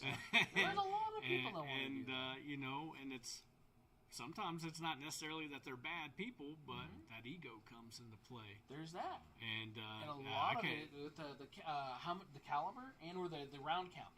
So like the 19, I'll have the full mag 1 chamber, and then I'll have 2 extra mags. So I have 46 rounds on me. And like, why do you need that many? I don't know if I ever will. Yeah. And it's not so much that I plan to use them all. Right. But I look at other situations where people ran out. We had Lenny on a couple weeks ago, and he brought up that point where, agents in certain situations, they run out of ammo, and then I don't know what to do anymore. We got to have somebody go get ammo. I don't want to be in that situation. I don't really have backup. Well, and a good example of me maybe not being prepared is that time that I told you, the 6 guys were, climbing in the back of my truck trying to pry my toolbox open on my truck. I was actually concealed carrying this Colt at the time. I didn't have an extra magazine with me. Okay, so I have 7 rounds, 1 in the chamber. 8 rounds, 6 dudes. I mean, if it ever got to a worst case scenario, I was not the most prepared. Right. And it didn't dawn on me during the situation, but that ride home with, at the time, my 4-year-old with me in the truck. Wow. She wasn't in the truck when that was happening. She was by my side. Yeah. And it's odd how they find themselves there. Yeah. Every time there's a situation, what's going on? Can I? No, yeah. I'm very blessed. I got a very, I'm going knock on wood here. My daughter because she's been raised Yeah. around firearms and the mentality that I have. In that scenario, we were coming out of a store. It's like 8:30 on a Saturday morning. Crime's not happening then. They break into your house at night. Yeah. Crime happens. As I'm getting my pistol out, I tell her, go back inside, tell the lady to call the cops. And even at 4 years old, because we had discussed these things, and this is part of that personal defense stuff that we often overlook, because I'm the alpha male. I'm going to protect my family. They don't need to know anything, or maybe we just neglect it because we don't know. But she went inside, and the lady called 911, and she told the lady that my daddy has a gun. Okay, we're talking about 4-year-old here. Okay, so I'm very blessed that she listened, and it wasn't a situation where she would have freaked out, because nothing crazy exciting, not lots of sound or fast movements were happening. Right. But for her, she thought, hey, yes, my daddy is the one with the gun. Let the cops know that. Yeah. And as the guys were climbing back into their truck and getting ready to leave, I hear the cops. And then, of course, how you deal with the law enforcement on a scene like that is a whole nother conversation that would turn this into a 5-hour podcast. Right. There's a lot of stuff. But there's things to consider. Yeah. And, for me, those are things I had thought, gone through training before. People much more intelligent than me imparting their wisdom to me earlier in my life when dealing with those situations. Allowed me to be able to engage with law enforcement in a safe and healthy manner for both of us. Yes. Yeah. And you gotta get the family on board if you got a family. Oh yeah. Yeah. So even the kids. No, yeah. We had to have several discussions at the house. There's actually to the point to where, like, if you leave your bedroom in the middle of the night, you have to have your door open. I don't know if That's a I hard told you lesson that to story. learn. It was. Not for me. Fuck. So, did I tell you that story? No. So, I almost shot my kid twice. Right. Well, that's the thing. I don't sleep well. Which kid? The foster one. I know. Okay. The older one. Probably deserved it. But anyway, so... well, that's why I had to Not ask. his favorite one. Maybe not shot. Sorry. Maybe a good pistol whipping. Right. So, I hear a bunch of stuff downstairs, and hey, somebody's downstairs. So, grab my gun, start going down. That door I thought was not secured. It is not locked. So, yeah, we need to lock that. You got it? So, it's been going back and forth this whole time, like, I wonder if that's locked. All those ghost guns have been walking out. Right. It's the wind. Just lock the door. Yeah. That's how they get in the street. That's what it is. Yeah, right. They're just going through the door. So, hear a ruckus downstairs, and I'm going downstairs, and as I'm looking towards the front door, and I'm going around the corners, and I get down, I'm almost at the bottom of the stairs. Here he's like, hey, it's just me, and my gun's trained right at him. And I'm like, we gotta set new rules. Like, because I look, all the doors were closed. To my knowledge, there was somebody else that did not belong in my house downstairs. And, because they're not gonna let you know, hey, by the way, I'm just gonna borrow sugar, I'm just here for some eggs. I'm making an omelet, I'll be right back, I'll pay you later, whatever it is, they're not there to do that. And so we had to have that discussion. Now that the rule is to leave your door open. There was another time, I can't remember what it was, but it was like the same shit. Like, dude, we've had this discussion. Yeah. Like, what is the deal? Be singing a song or something so I know it's safe. Yeah, something that lets me know that it's you. Go creep you out at night. Tiptoe through the window. I'm like, no. If he starts really tiny, Tim, yeah, I'm shooting it.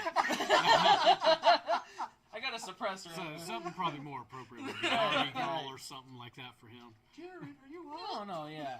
But that's the thing. I don't want anybody's kid to do that, and you should make sure that your family's aware. And Yeah. You know. Well, and I know I recently read a story where a guy shot his 16-year-old daughter out and bump in the night, because that's what we most commonly fear is something bad happening in the dark. Right. And this individual just saw something moving in his garage, didn't turn on any lights, didn't have a firearm mounted light or anything like that. Don't know training background or anything, probably didn't have any. Right. Because we all know unless there's a threat to loved ones downstairs, there's no need to go downstairs. Let them take the TV, the microwave. I know nobody has VCRs anymore. Right. But if the loved ones are not threatened, I would never encourage people to go seek out a fire. No. And this individual ended up shooting and killing his 16-year-old daughter. And I never want to shoot anybody. No. Period. Let alone Much oh my goodness. less, especially, as guys, our daughters have special places in our hearts. Our sons probably any needed kid. it. Yeah, right. Toughen up, Any kid. though. But in general, if a kid were to break in your, it would be yes, traumatizing. and I try to encourage folks all the time is that, okay, that hell that man will live through for the rest of his life. For the rest of your life. Put yourself in his shoes after the fact. Yeah. Think about how you would feel if you were living his life right now. Recognize how you feel and you're not living through it, and then make decisions and get training. Just start basing your decisions on that. You never want to make that mistake. Right. Learn from other people's mistakes. Don't repeat them. Sure. And it's like, and the best way to do that is to try and put yourself in their shoes. And it's like, I get sick at my gut when I think that I might have been that person if I hadn't educated myself, gotten education through other professionals, trained. Think about it. Thinking about those scenarios of what could happen is part of training. Because if you don't contemplate situations, then you're going to be presented with a situation that you don't know how to deal with. Yeah. So, You should I don't want to role-play in your sound head all doom and gloom and that the focus of your life should be all around No. personal protection and firearms defense. It shouldn't. But to the degree you want it to matter in your life is the degree of education training that you should dedicate to that. Set your priorities. I'll never be able to set your priorities for you because we live different lives. We have different paths. And, and that's something that, try to steer away from. Well, you absolutely should ban all family members from going downstairs if it's between this hour and this hour No, of the night. That's what that. Yeah, that would be It's silly. just like, a little different heads up type thing or whatever. Yeah. And definitely don't encourage looking for it. And it was one of those things he didn't know. Ignorance There's that. came into play for that individual. And that Probably was the thing. It was ignorance on me too, not to go over it first too, because you just came here and we just adopted him, and it wasn't really anything really on him. I think it mostly fell on me. Yeah. The head of the household. You mean responsibility? Responsibility. And you right. accepted that? I'm accepting it. It's your right to go point a gun around in your Dude, house. That's your house. Right? America. But no, but no, that's a perfect example of recognizing, taking the responsibility, because obviously you had those conversations afterwards. We had to, and it wasn't so much just for that. It was just, okay, I want to make sure everybody in this house is safe. I don't want to have to, like you said, use it. Yeah. Period. Let alone on something I don't need to. And I definitely, that'd be traumatizing. Yeah. No matter what kid it is, and or whose it is. And again, even if it's not even your kid, it's some kid breaking in your house or whatever it is. You're still not gonna feel good at the end of it. No.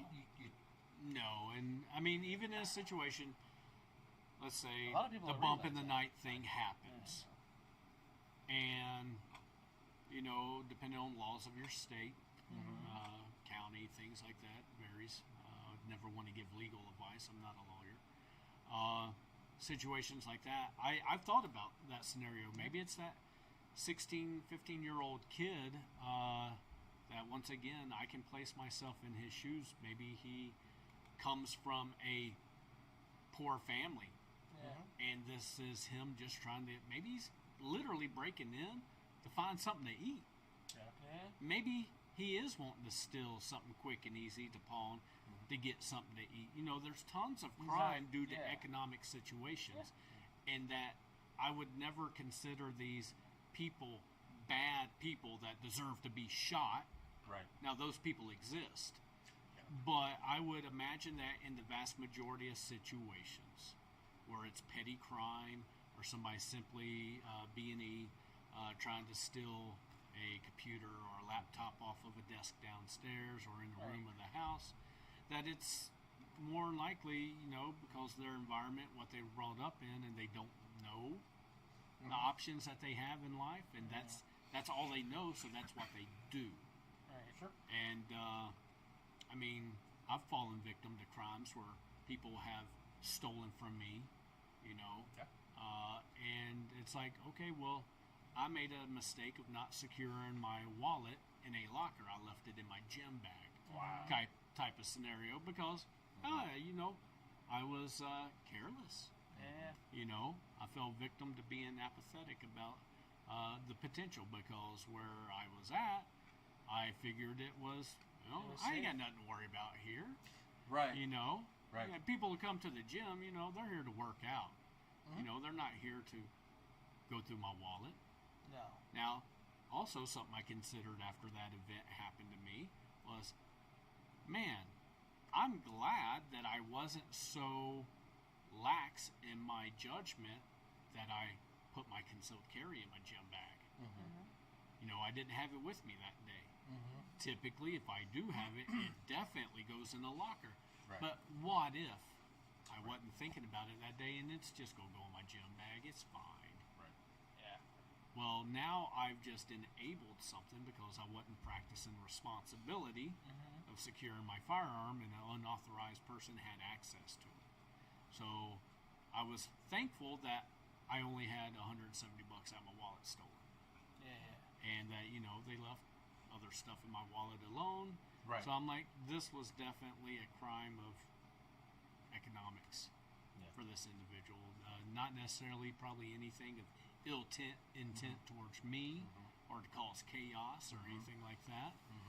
But it's like, okay, yeah, I'm mad at myself. I wasn't even mad at the person who stole at me. I was mad at myself because I fell into the trap of being careless. Right. And I paid the price. Yeah. I get it. Yeah. So, That was a hefty but price. not in the grand scheme of things. That's a very small price because I can go and earn more money. But, you can't earn back other things. Yeah. I get So that was pretty minor consequences for my actions. Right. So, and at least that's the way I look at it. But, those situations probably going on a very long time too. No, yeah. It's almost 9 o'clock. No, you're good. Oh, I've just you're seen comments from, it looks like it's from Instagram and stuff too. And there was a question earlier for you about how you, or what do you advise, or can you give advice on somebody that carries a gun but it's afraid to carry one in the chamber? That's real. Yeah. Yeah? Yeah. When I first started concealed carrying, I was terrified of it. Because accidents happen. Can I trust this firearm? Right. Appendix carry. Transitioning from on the hip to appendix carry. Guys probably worry about that way more for obvious reasons than a woman would. I just can't appendix carry anyway. But The belly issues? it's for somebody who doesn't carry with one in the chamber, I highly encourage that you do. But there's factors you got to take in consideration. $20 holster off Amazon Prime probably is not the holster you want to carry with one in the chamber. There's several factors. Your comfort is the primary one. Right. But getting decent quality. Do you have to buy the high-speed gear and all the popular stuff? No, you need to purchase what works. Yeah. And there's plenty of affordable options out there in the $40, $50 price range for holsters that would provide the protection of the trigger guard and things like that, so that if you have one in the chamber, that trigger's not going to accidentally get pressed when you eat one too many steaks at the Golden Corral. Things like that. But I would say you would have to practice. Yeah. Walk around your house with your concealed carry with one in the chamber. And recognize, and for me, I had to recognize that my training, my thought pattern, and things like that was the most important factor for carrying with one in the chamber or not. Okay? I have to be comfortable. You'll get more comfortable with training. Right. But that doesn't mean you have to pay for a class. Like I said, I would encourage somebody that, you know what? Walk around your house with your concealed carry. With one in the chamber, do simple tasks. Maybe bending over to put your shoes on is a little more complicated than what you're comfortable with, then don't do it. If going and making a sandwich in the kitchen is as comfortable as you can be doing other tasks, then let that be that and grow. Yeah. Baby steps. It's fine. There's a lot of bro code talk and gun bro stuff where, why would you ever do that? You're guaranteed you're not going to live through a situation. No. Nothing in that scenario is absolute, so I would definitely encourage people to practice in a safe environment and understand that your equipment and your gear at that point plays more of a critical factor because you have one in the chamber, and there is a level of danger because if that trigger accidentally gets pulled, hit, bump, now you got to consider what type of firearm do you have. Do you have a 1911 where a single stage trigger can get activated much easier than a striker fired polymer firearm?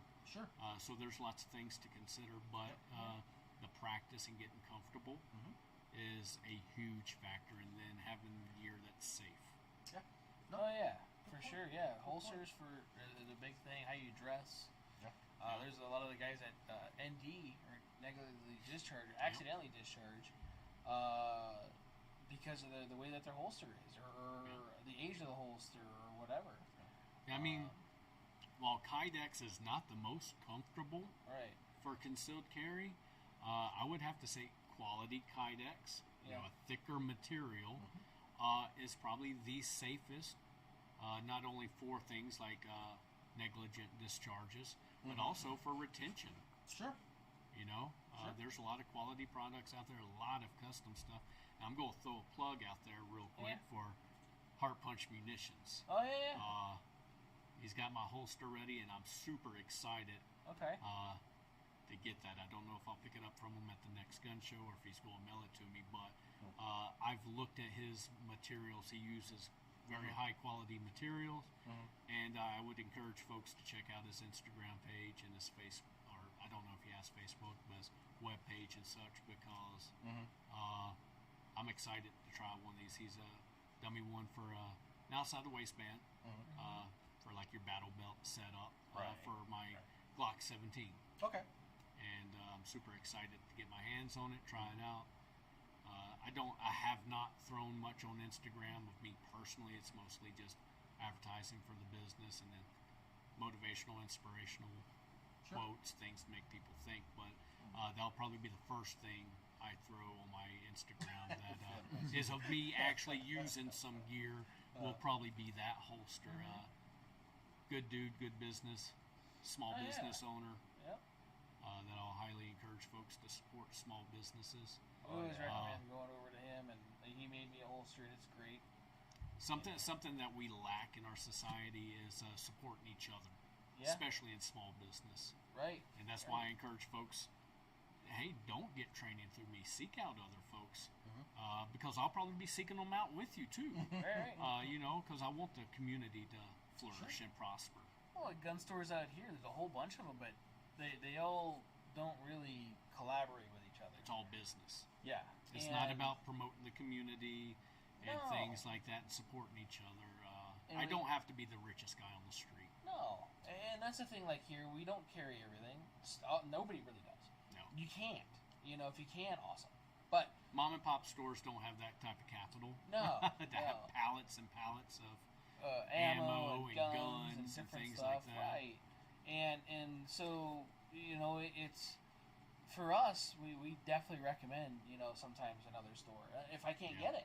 Yeah. You know, like, hey, I know that these guys usually carry this type of stuff, or this guy or this guy. Yep. So I do like doing that just because of that. Yeah. You know? And at one point or another, I mean, prior to you being a gun store owner, you were a customer, I'm Right. sure, to many of these other locations. Yeah.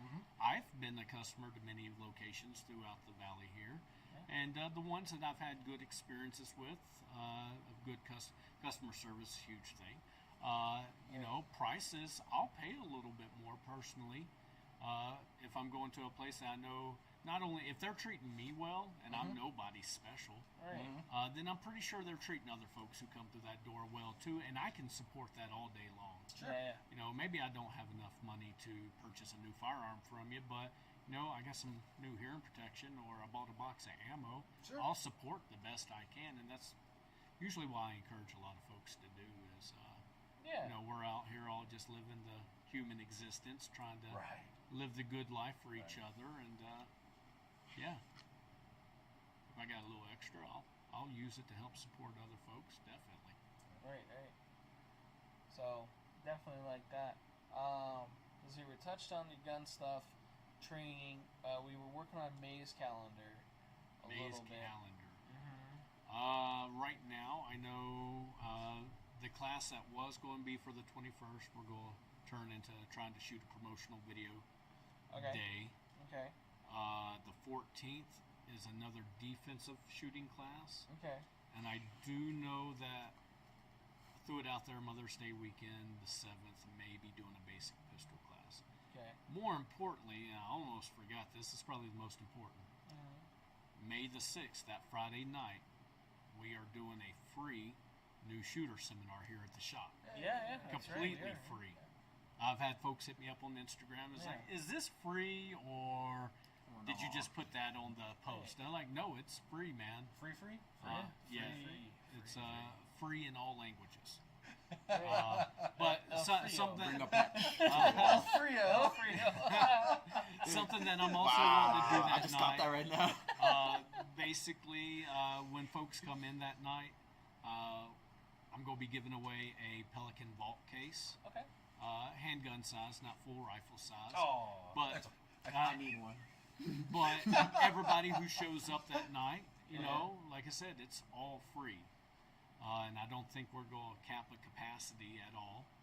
No. It's only going to be about 45-minute to an hour seminar, plus any questions folks have concerning things like, hey, what would you say to convince me to carry one in the chamber? We'll have those conversations for as long as folks want to talk about it. From the midnight oil if we have to, I guess. Right. But that's because we want to promote this responsible mentality, get new firearms owners out there to help understand without, hey, you don't have to give up a lot of time or any money in this situation, and we're going to put names in a hat and draw a name out, and somebody's going to go home with a nice Pelican case to practice securing their firearms. Yeah. You know, it's a lockable heavy-duty case, so super excited about that. Might even get froggy and give away a trauma kit too that night. Ooh. So, Okay. you know, if we get enough folks in here, that's a whole nother podcast, which we've kind of already done a video on about the trauma kits themselves. But it's an aspect of firearm ownership that I believe in, and it doesn't take a whole lot of training to learn how to use a tourniquet and simple gauze and Israeli bandages, things like that. But that's a whole nother avenue of responsible firearm ownership. You do have to use it right, though, and there Don't is... put it around your neck. No, yeah. You're shot in the neck. Even if your wife tells you to, don't do it. Yes. It's a trap. It's a trap. But, Hopefully. So he starts breathing. Okay. I can't read the time on it. I'm starting to pass out. Sorry. being married, I know how my wife feels. She'd be like, yeah. So, yeah, and once again, it's all about promoting the whole responsible gun ownership and painting a positive image of the culture. I think you're in that class. She'll need to take this class. Yeah, I mean, we've been trying to have stop the bleed classes here. Yeah, but she likes the bleed sometimes. It's like, it would have helped that one time I cut my thumb off in front of you guys. that was talented. I thought it was a magic trick. I thought you're like, look. I'm like, yes! It's detachable. So I did get a comment on that the video I did for those knives, and like, well, if you hurt yourself, why would you still sell them? And it was like, that story is about my negligence and my stupidity. I'm trying to tell you not to do that. Right. Hey guys, I screwed up. Don't. My Right. So The knife didn't do it to me. it wasn't a knife's fault. It was my fault for being dumb. Is it in, well, not necessarily episode, but a Transformers movie where it just came to life and bit me. Yeah. Right. Well, there's people in certain states and parts of this country think that happens. So, Transformers? I'll leave it at that. I've been exposed to some pretty impressive technology, and I'm not willing to accept that yet. Oh. Good to know. Yet. So, yes. So we got those classes coming up. We're looking at stuff for the summer, but I think I think it depends on weather. June. I think we're still going to press with June. Okay. One of the things that I'll ensure is that, because obviously we're shooting outdoors, doing these drills outdoors, is, I'll take all the precautions of making sure things like ice water is available. Right. And sunscreen and all those wonderful things, but I'll also be getting my certifications at the end of this month as a rifle instructor. Okay. So we're probably going to try and sneak in a rifle class, even if it's just a basic. Could I teach these things with the knowledge that I have and things like that? Yeah, but like I said, I'm not going to be one of those bro vets and be like, yeah, I'm military, so you should trust me to teach you how to. No, I'm paying, and I'm not getting anything for free, and I'm getting civilian certifications and such to add credibility to show that, hey, I've passed some tests. I've gone through these. So we'll probably try and at least get one rifle class in June. Yeah. And hopefully at the end of summer, as the weather tapers off, we probably won't do anything in July. August to be questionable, because those are really the hottest months here. I mean, if folks want it, I'll do it. I'm accustomed to being out in that heat for extended periods of time. Sure.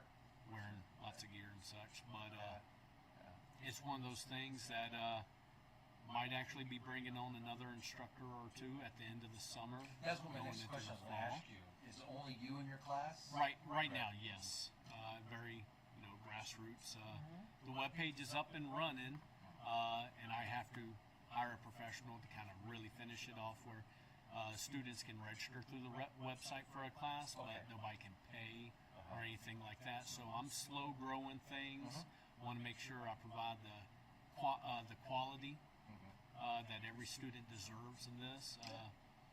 I try to have the mentality that each student, whether it's one person in class or 10 people in class, I'll treat each and every class and every student as if they just paid me $1 million to attend this 4 to 6 hour class. Yeah. Because if I can't stay true to why I started doing this, then it's not going to be successful, and people aren't going to want to seek me out for training. So the money part, the business has to be able to survive, and I have to be able to pay the bills. But I'm genuinely doing all this because I feel like it's important. Yeah. So, I hear that. And I get that personal satisfaction out of teaching. I learn a lot from students. They may not always realize that, but they open up my mind and to scenarios, ways of thinking. Yeah. It's like, I never had that attitude towards you, but I can understand how, coming from this type of background, you would. So Or reacting to certain things. I genuinely get a lot out of the students, way more than what they think they're giving me, and so it may not be fiscal gain, but it's valuable knowledge and perspective that I'm definitely gaining from the students, and they're helping. Each class helps make me that much better of an instructor for each and every one. So I try to always pass that knowledge and experiences along, both the failures that I've made along the way and the good stuff. So. Awesome. Do you have a couple questions? One I've been trying to. We had a viewer Trying to decipher it. Well, he asked a question that says "my driveway?" question mark. I asked to elaborate. I haven't heard anything back, so I don't know if My driveway? Yeah, my driveway.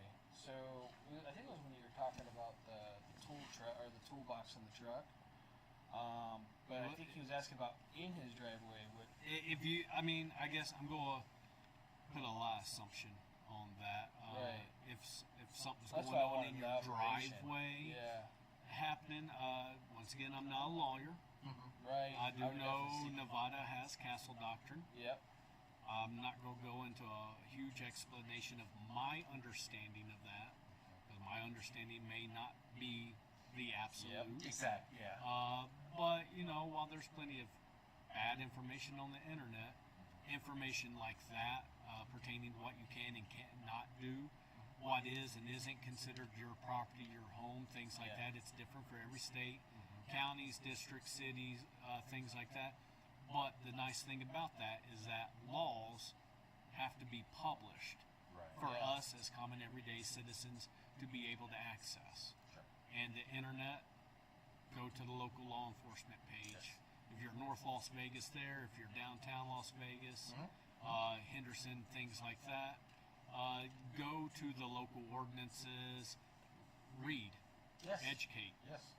That way, because those are things that I can't, with a good conscience, advise on.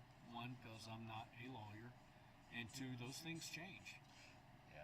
So, and do you have to get a law degree? Sometimes it feels like It you does. need to. Yeah. You're like. But you know, In English. yeah. Hopefully one day we can get a class for the business that that's dedicated strictly to law. Sure. What's going on? I know we both know a couple of lawyers, prosecutors, Well, and I've such. been wanting to get one or around so here. on here, and I need to set that up. Yeah. And once again, based off of what they're willing to, lawyers charge quite a bit. Right. But if we could hold little seminars or classes and make it affordable, because it's more important that we have a educated, knowledgeable populace within the firearms culture. Oh yeah. If we can find a lawyer or something that shares the same values we do and attitude we do, then the price range wouldn't be a problem, because they would probably be doing something like that. So that is something that we have talked about, along with the first aid and stop the bleed type stuff. While I would feel comfortable teaching it based off of my experience and training, I don't want to go down that route until I get some of that civilian certification to give me that credibility. Right. Because I could be that Joe that went to YouTube University and I'm just repeating stuff that I saw, I don't know, one of these YouTube channels do. Yeah. And unfortunately, people will believe and buy it, whether it's good or bad information. There is good information on YouTube. No, I'm not going to bash YouTube on that, but either way. once again, we go back to that BS filter. Yeah. And having a good filter is really important when digesting information from the internet. And that's why I like to do this live too, so you can't really have time to do the bullshit or to edit or to do different stuff. And even when I do the recording part or the podcast part and upload everything, it's raw from this. There's no, unless I need to like bring up the audio or something to where it doesn't sound clean enough. And then I'll do that. But I like that part of it, and I prefer that as opposed to something all kind of cookie cuttered and this is what we can only Highly talk edited about. and overly produced. Yeah, type stuff. there's some of those videos where they're like da da da, and then da da da, and then it's like Yeah, you can tell they're cutting it. yeah, I'm getting a headache watching this thing. Got another one. I don't know if this is the last one or not. because we are almost 2.5 hours in. But Based off our old man bedtime. right. I have the question about the free class that's going on. Now, that's going to be here at the store. Yes. So we're not going to be doing a YouTube or anything like that on it. Now, we might be able to incorporate that. I mean, if the people who show up, maybe we have to have a waiver or something that everybody signs, say, hey, Yeah. we'll record this and post it on Yeah. your YouTube channel. Yeah, or maybe I you know, don't the have recorded anything on my sessions. YouTube channel. Yeah. 'Cause You I can still even got probably work for a record and do living. just audio for a podcast for questions or Yeah. something like that. Yeah. Kind of like the change my mind things or whatever too. So Sure. you Yeah. know that might not be a bad idea. But I don't think we talked about it being on audio or video. Just having people here. So Yeah. I mean, yeah. maybe that's something we can consider. It's a few weeks away. Yeah, definitely something to look into. Because the one beautiful thing about these mics is it will hook into my phone, and where I can record everything and then just put it up Yeah. on, or do live podcast from here on our podcast website. So yeah, which would be cool. Well, what we can do is set it all up, and then if the folks who show up for this seminar are okay with it, you know, Carry one in the chamber, change my mind. Be a man. you know, then we can press. If not, then it's okay. Well, a Yeah. little bit of labor to set up, but yeah, It ain't too bad. We just have a No. little section set up somewhere, and whatever it is, and you have a conversation. whatever yeah. it I is. mean, So just I like regular that. people Yeah, having regular conversations. So right. So I do appreciate you actually spending time here and away from your family too, and everything. Because I know you're busy like I am, and it's hard to spend time with family. Especially in times like this where we're just everywhere. So after hearing your situation, I don't know. But with the tourniquet, I'm not sure if that should be a good thing or a bad thing. I mean, unless you're into that sort of thing. She's busy, so that's all Right? Is the tourniquet gray? No. No, the tourniquet's what she get her hands on. Okay. Wow. Like that studded I necklace. just sleep with one eye open when I go to bed. Well, I'm glad I'm not there. So, I had to call you and be like, you gotta come get her. let's hope the dog likes shit. You'll be like, I'm in the Yeah. shower. I'm like, yeah. Flashbang.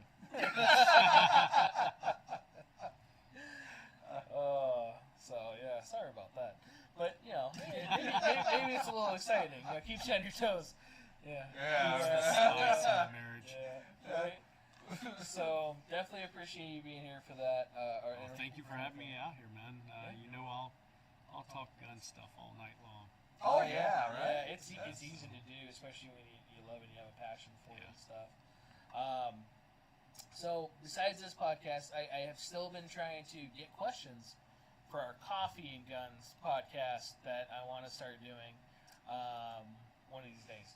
So I have like 4 or 5 questions, which is okay, but I might do that a little differently too. And so you guys know I'm not going to be putting your names out there or whatever. I should probably do these plugs at the beginning when everybody's listening. And instead we of hadn't towards put them the to end. sleep. Right. Yeah. Rock-a-bye clock. Yeah. So our podcast here is live until we get kicked off YouTube. Yeah. Right? I'm gonna have to change the logo on the microphone instead of the rumble sign. It's almost the same though. It's almost the same. It looks very similar. It has a triangle instead of a square though.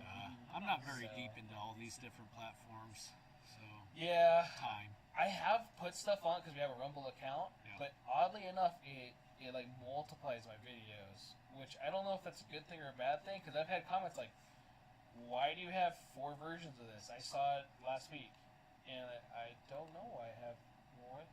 Oh, I do. That's awkward. So it's probably a setting I did on there. Not the most tech savvy. It's the Mogwai style. Come on, why? Yes. Yeah, Don't definitely. get them wet. Don't play with it after midnight. Yeah, it turns into a fucking gremlin. So, still talking about computers, by the way. Yes. So, just to make sure, you can fact check that one. So, I don't want to know what fact checkers are going to find. Me neither. Hopefully, it's, anyway, dude. That would be another episode. So, looking at doing the Coffee and Guns one, which I don't know if you got that up there, the Coffee and Gun Talk, to where sit and answer your guys' questions. Actually, we're looking at doing probably like the reviews. You know, if those of you that left reviews, I know I've thanked them, not really formally, but on the mediums at like Yelp and Google and different stuff. Yeah. But you know, we've got a lot of reviews. Some good, actually a lot good, and some bad. You know, you can't win everybody over, and definitely go over those and make sure that we answer that stuff as much as I can. You know, so I kind of thought about doing a spin-off on that just to get that one going. You know, get us out there a little bit more too. Our podcast and our links anyway. So we're on Facebook, we're on Instagram. Besides just being here, I've been actually thinking about doing Facebook Live also on our page because that will also stream to that. I just didn't know if it would like overdo it or something like that. Right. Because we're live on Twitch. So if you guys are on Twitch, we're on Twitch, which is a gaming thing, which would probably shadow ban because of guns. You know, freedom. What's that? You know, whatever.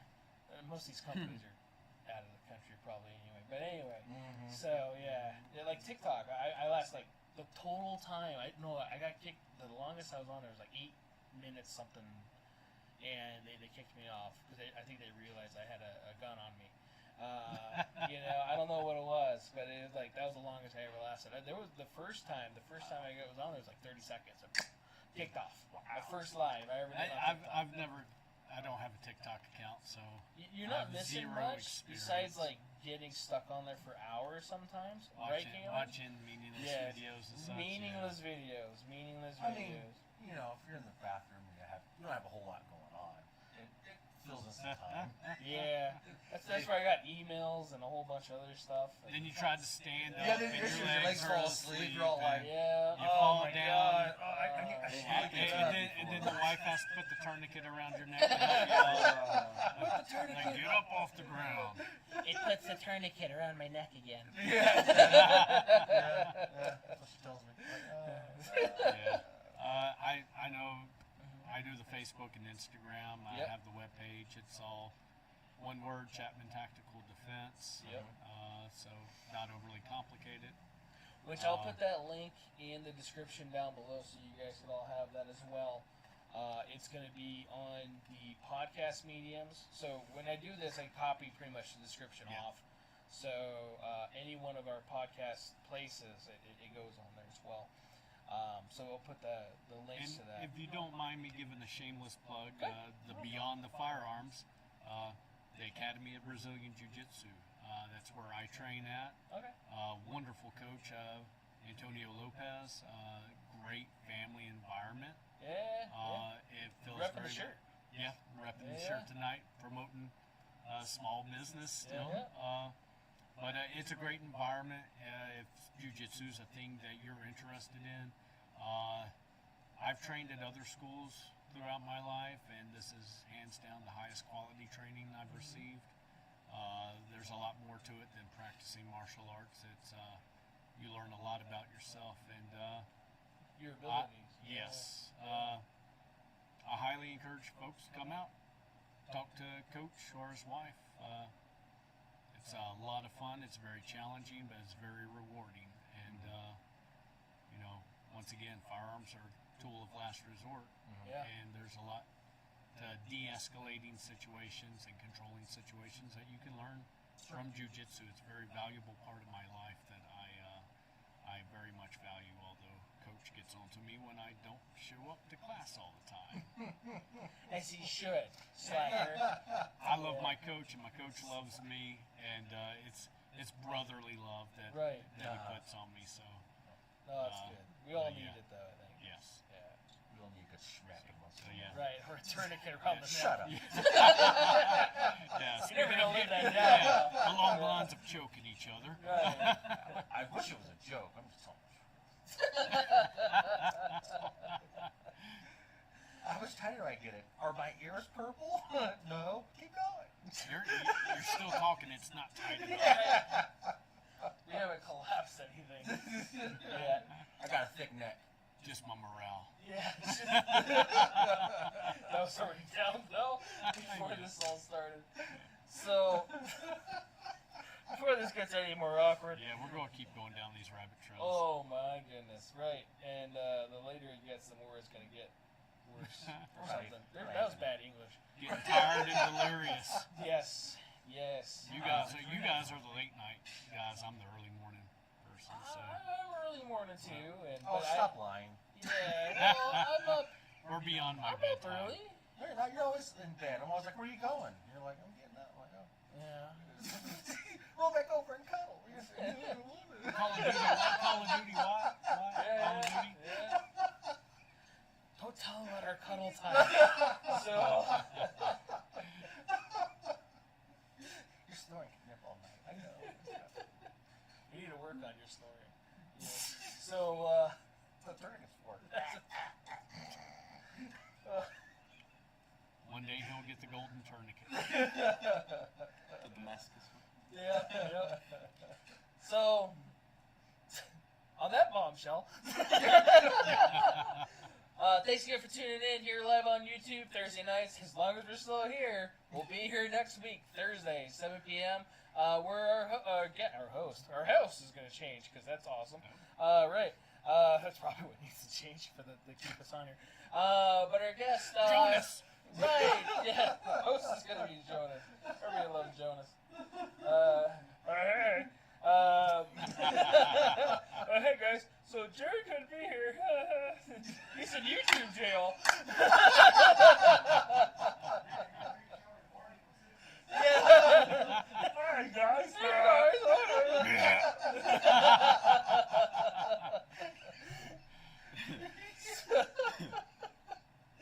Alright, like I already warned this was gonna fucking happen. So,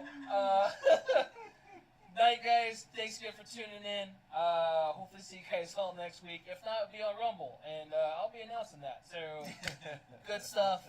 Thanks again for coming in. South Central, thanks for hanging out. Kaylin, besides the tourniquet later, thank you. Yeah. So, yeah. We're just glad you're still breathing. Yeah, Right. me too. I have those moments. Question for you. Yeah. Do you know your left and right? Yeah. Which one's your left? You snap you with my left hand. Come on. You snap your right. You got it right. You got it right. You No, this got is it my right. right. Yeah. No, you got it wrong. Are you sure? Pretty positive. Right. Just don't do it on a video game, then it's completely ass backwards. Anyway.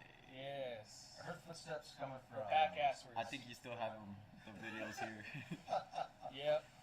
Alright, see you guys later. Thanks again. Good. Bye.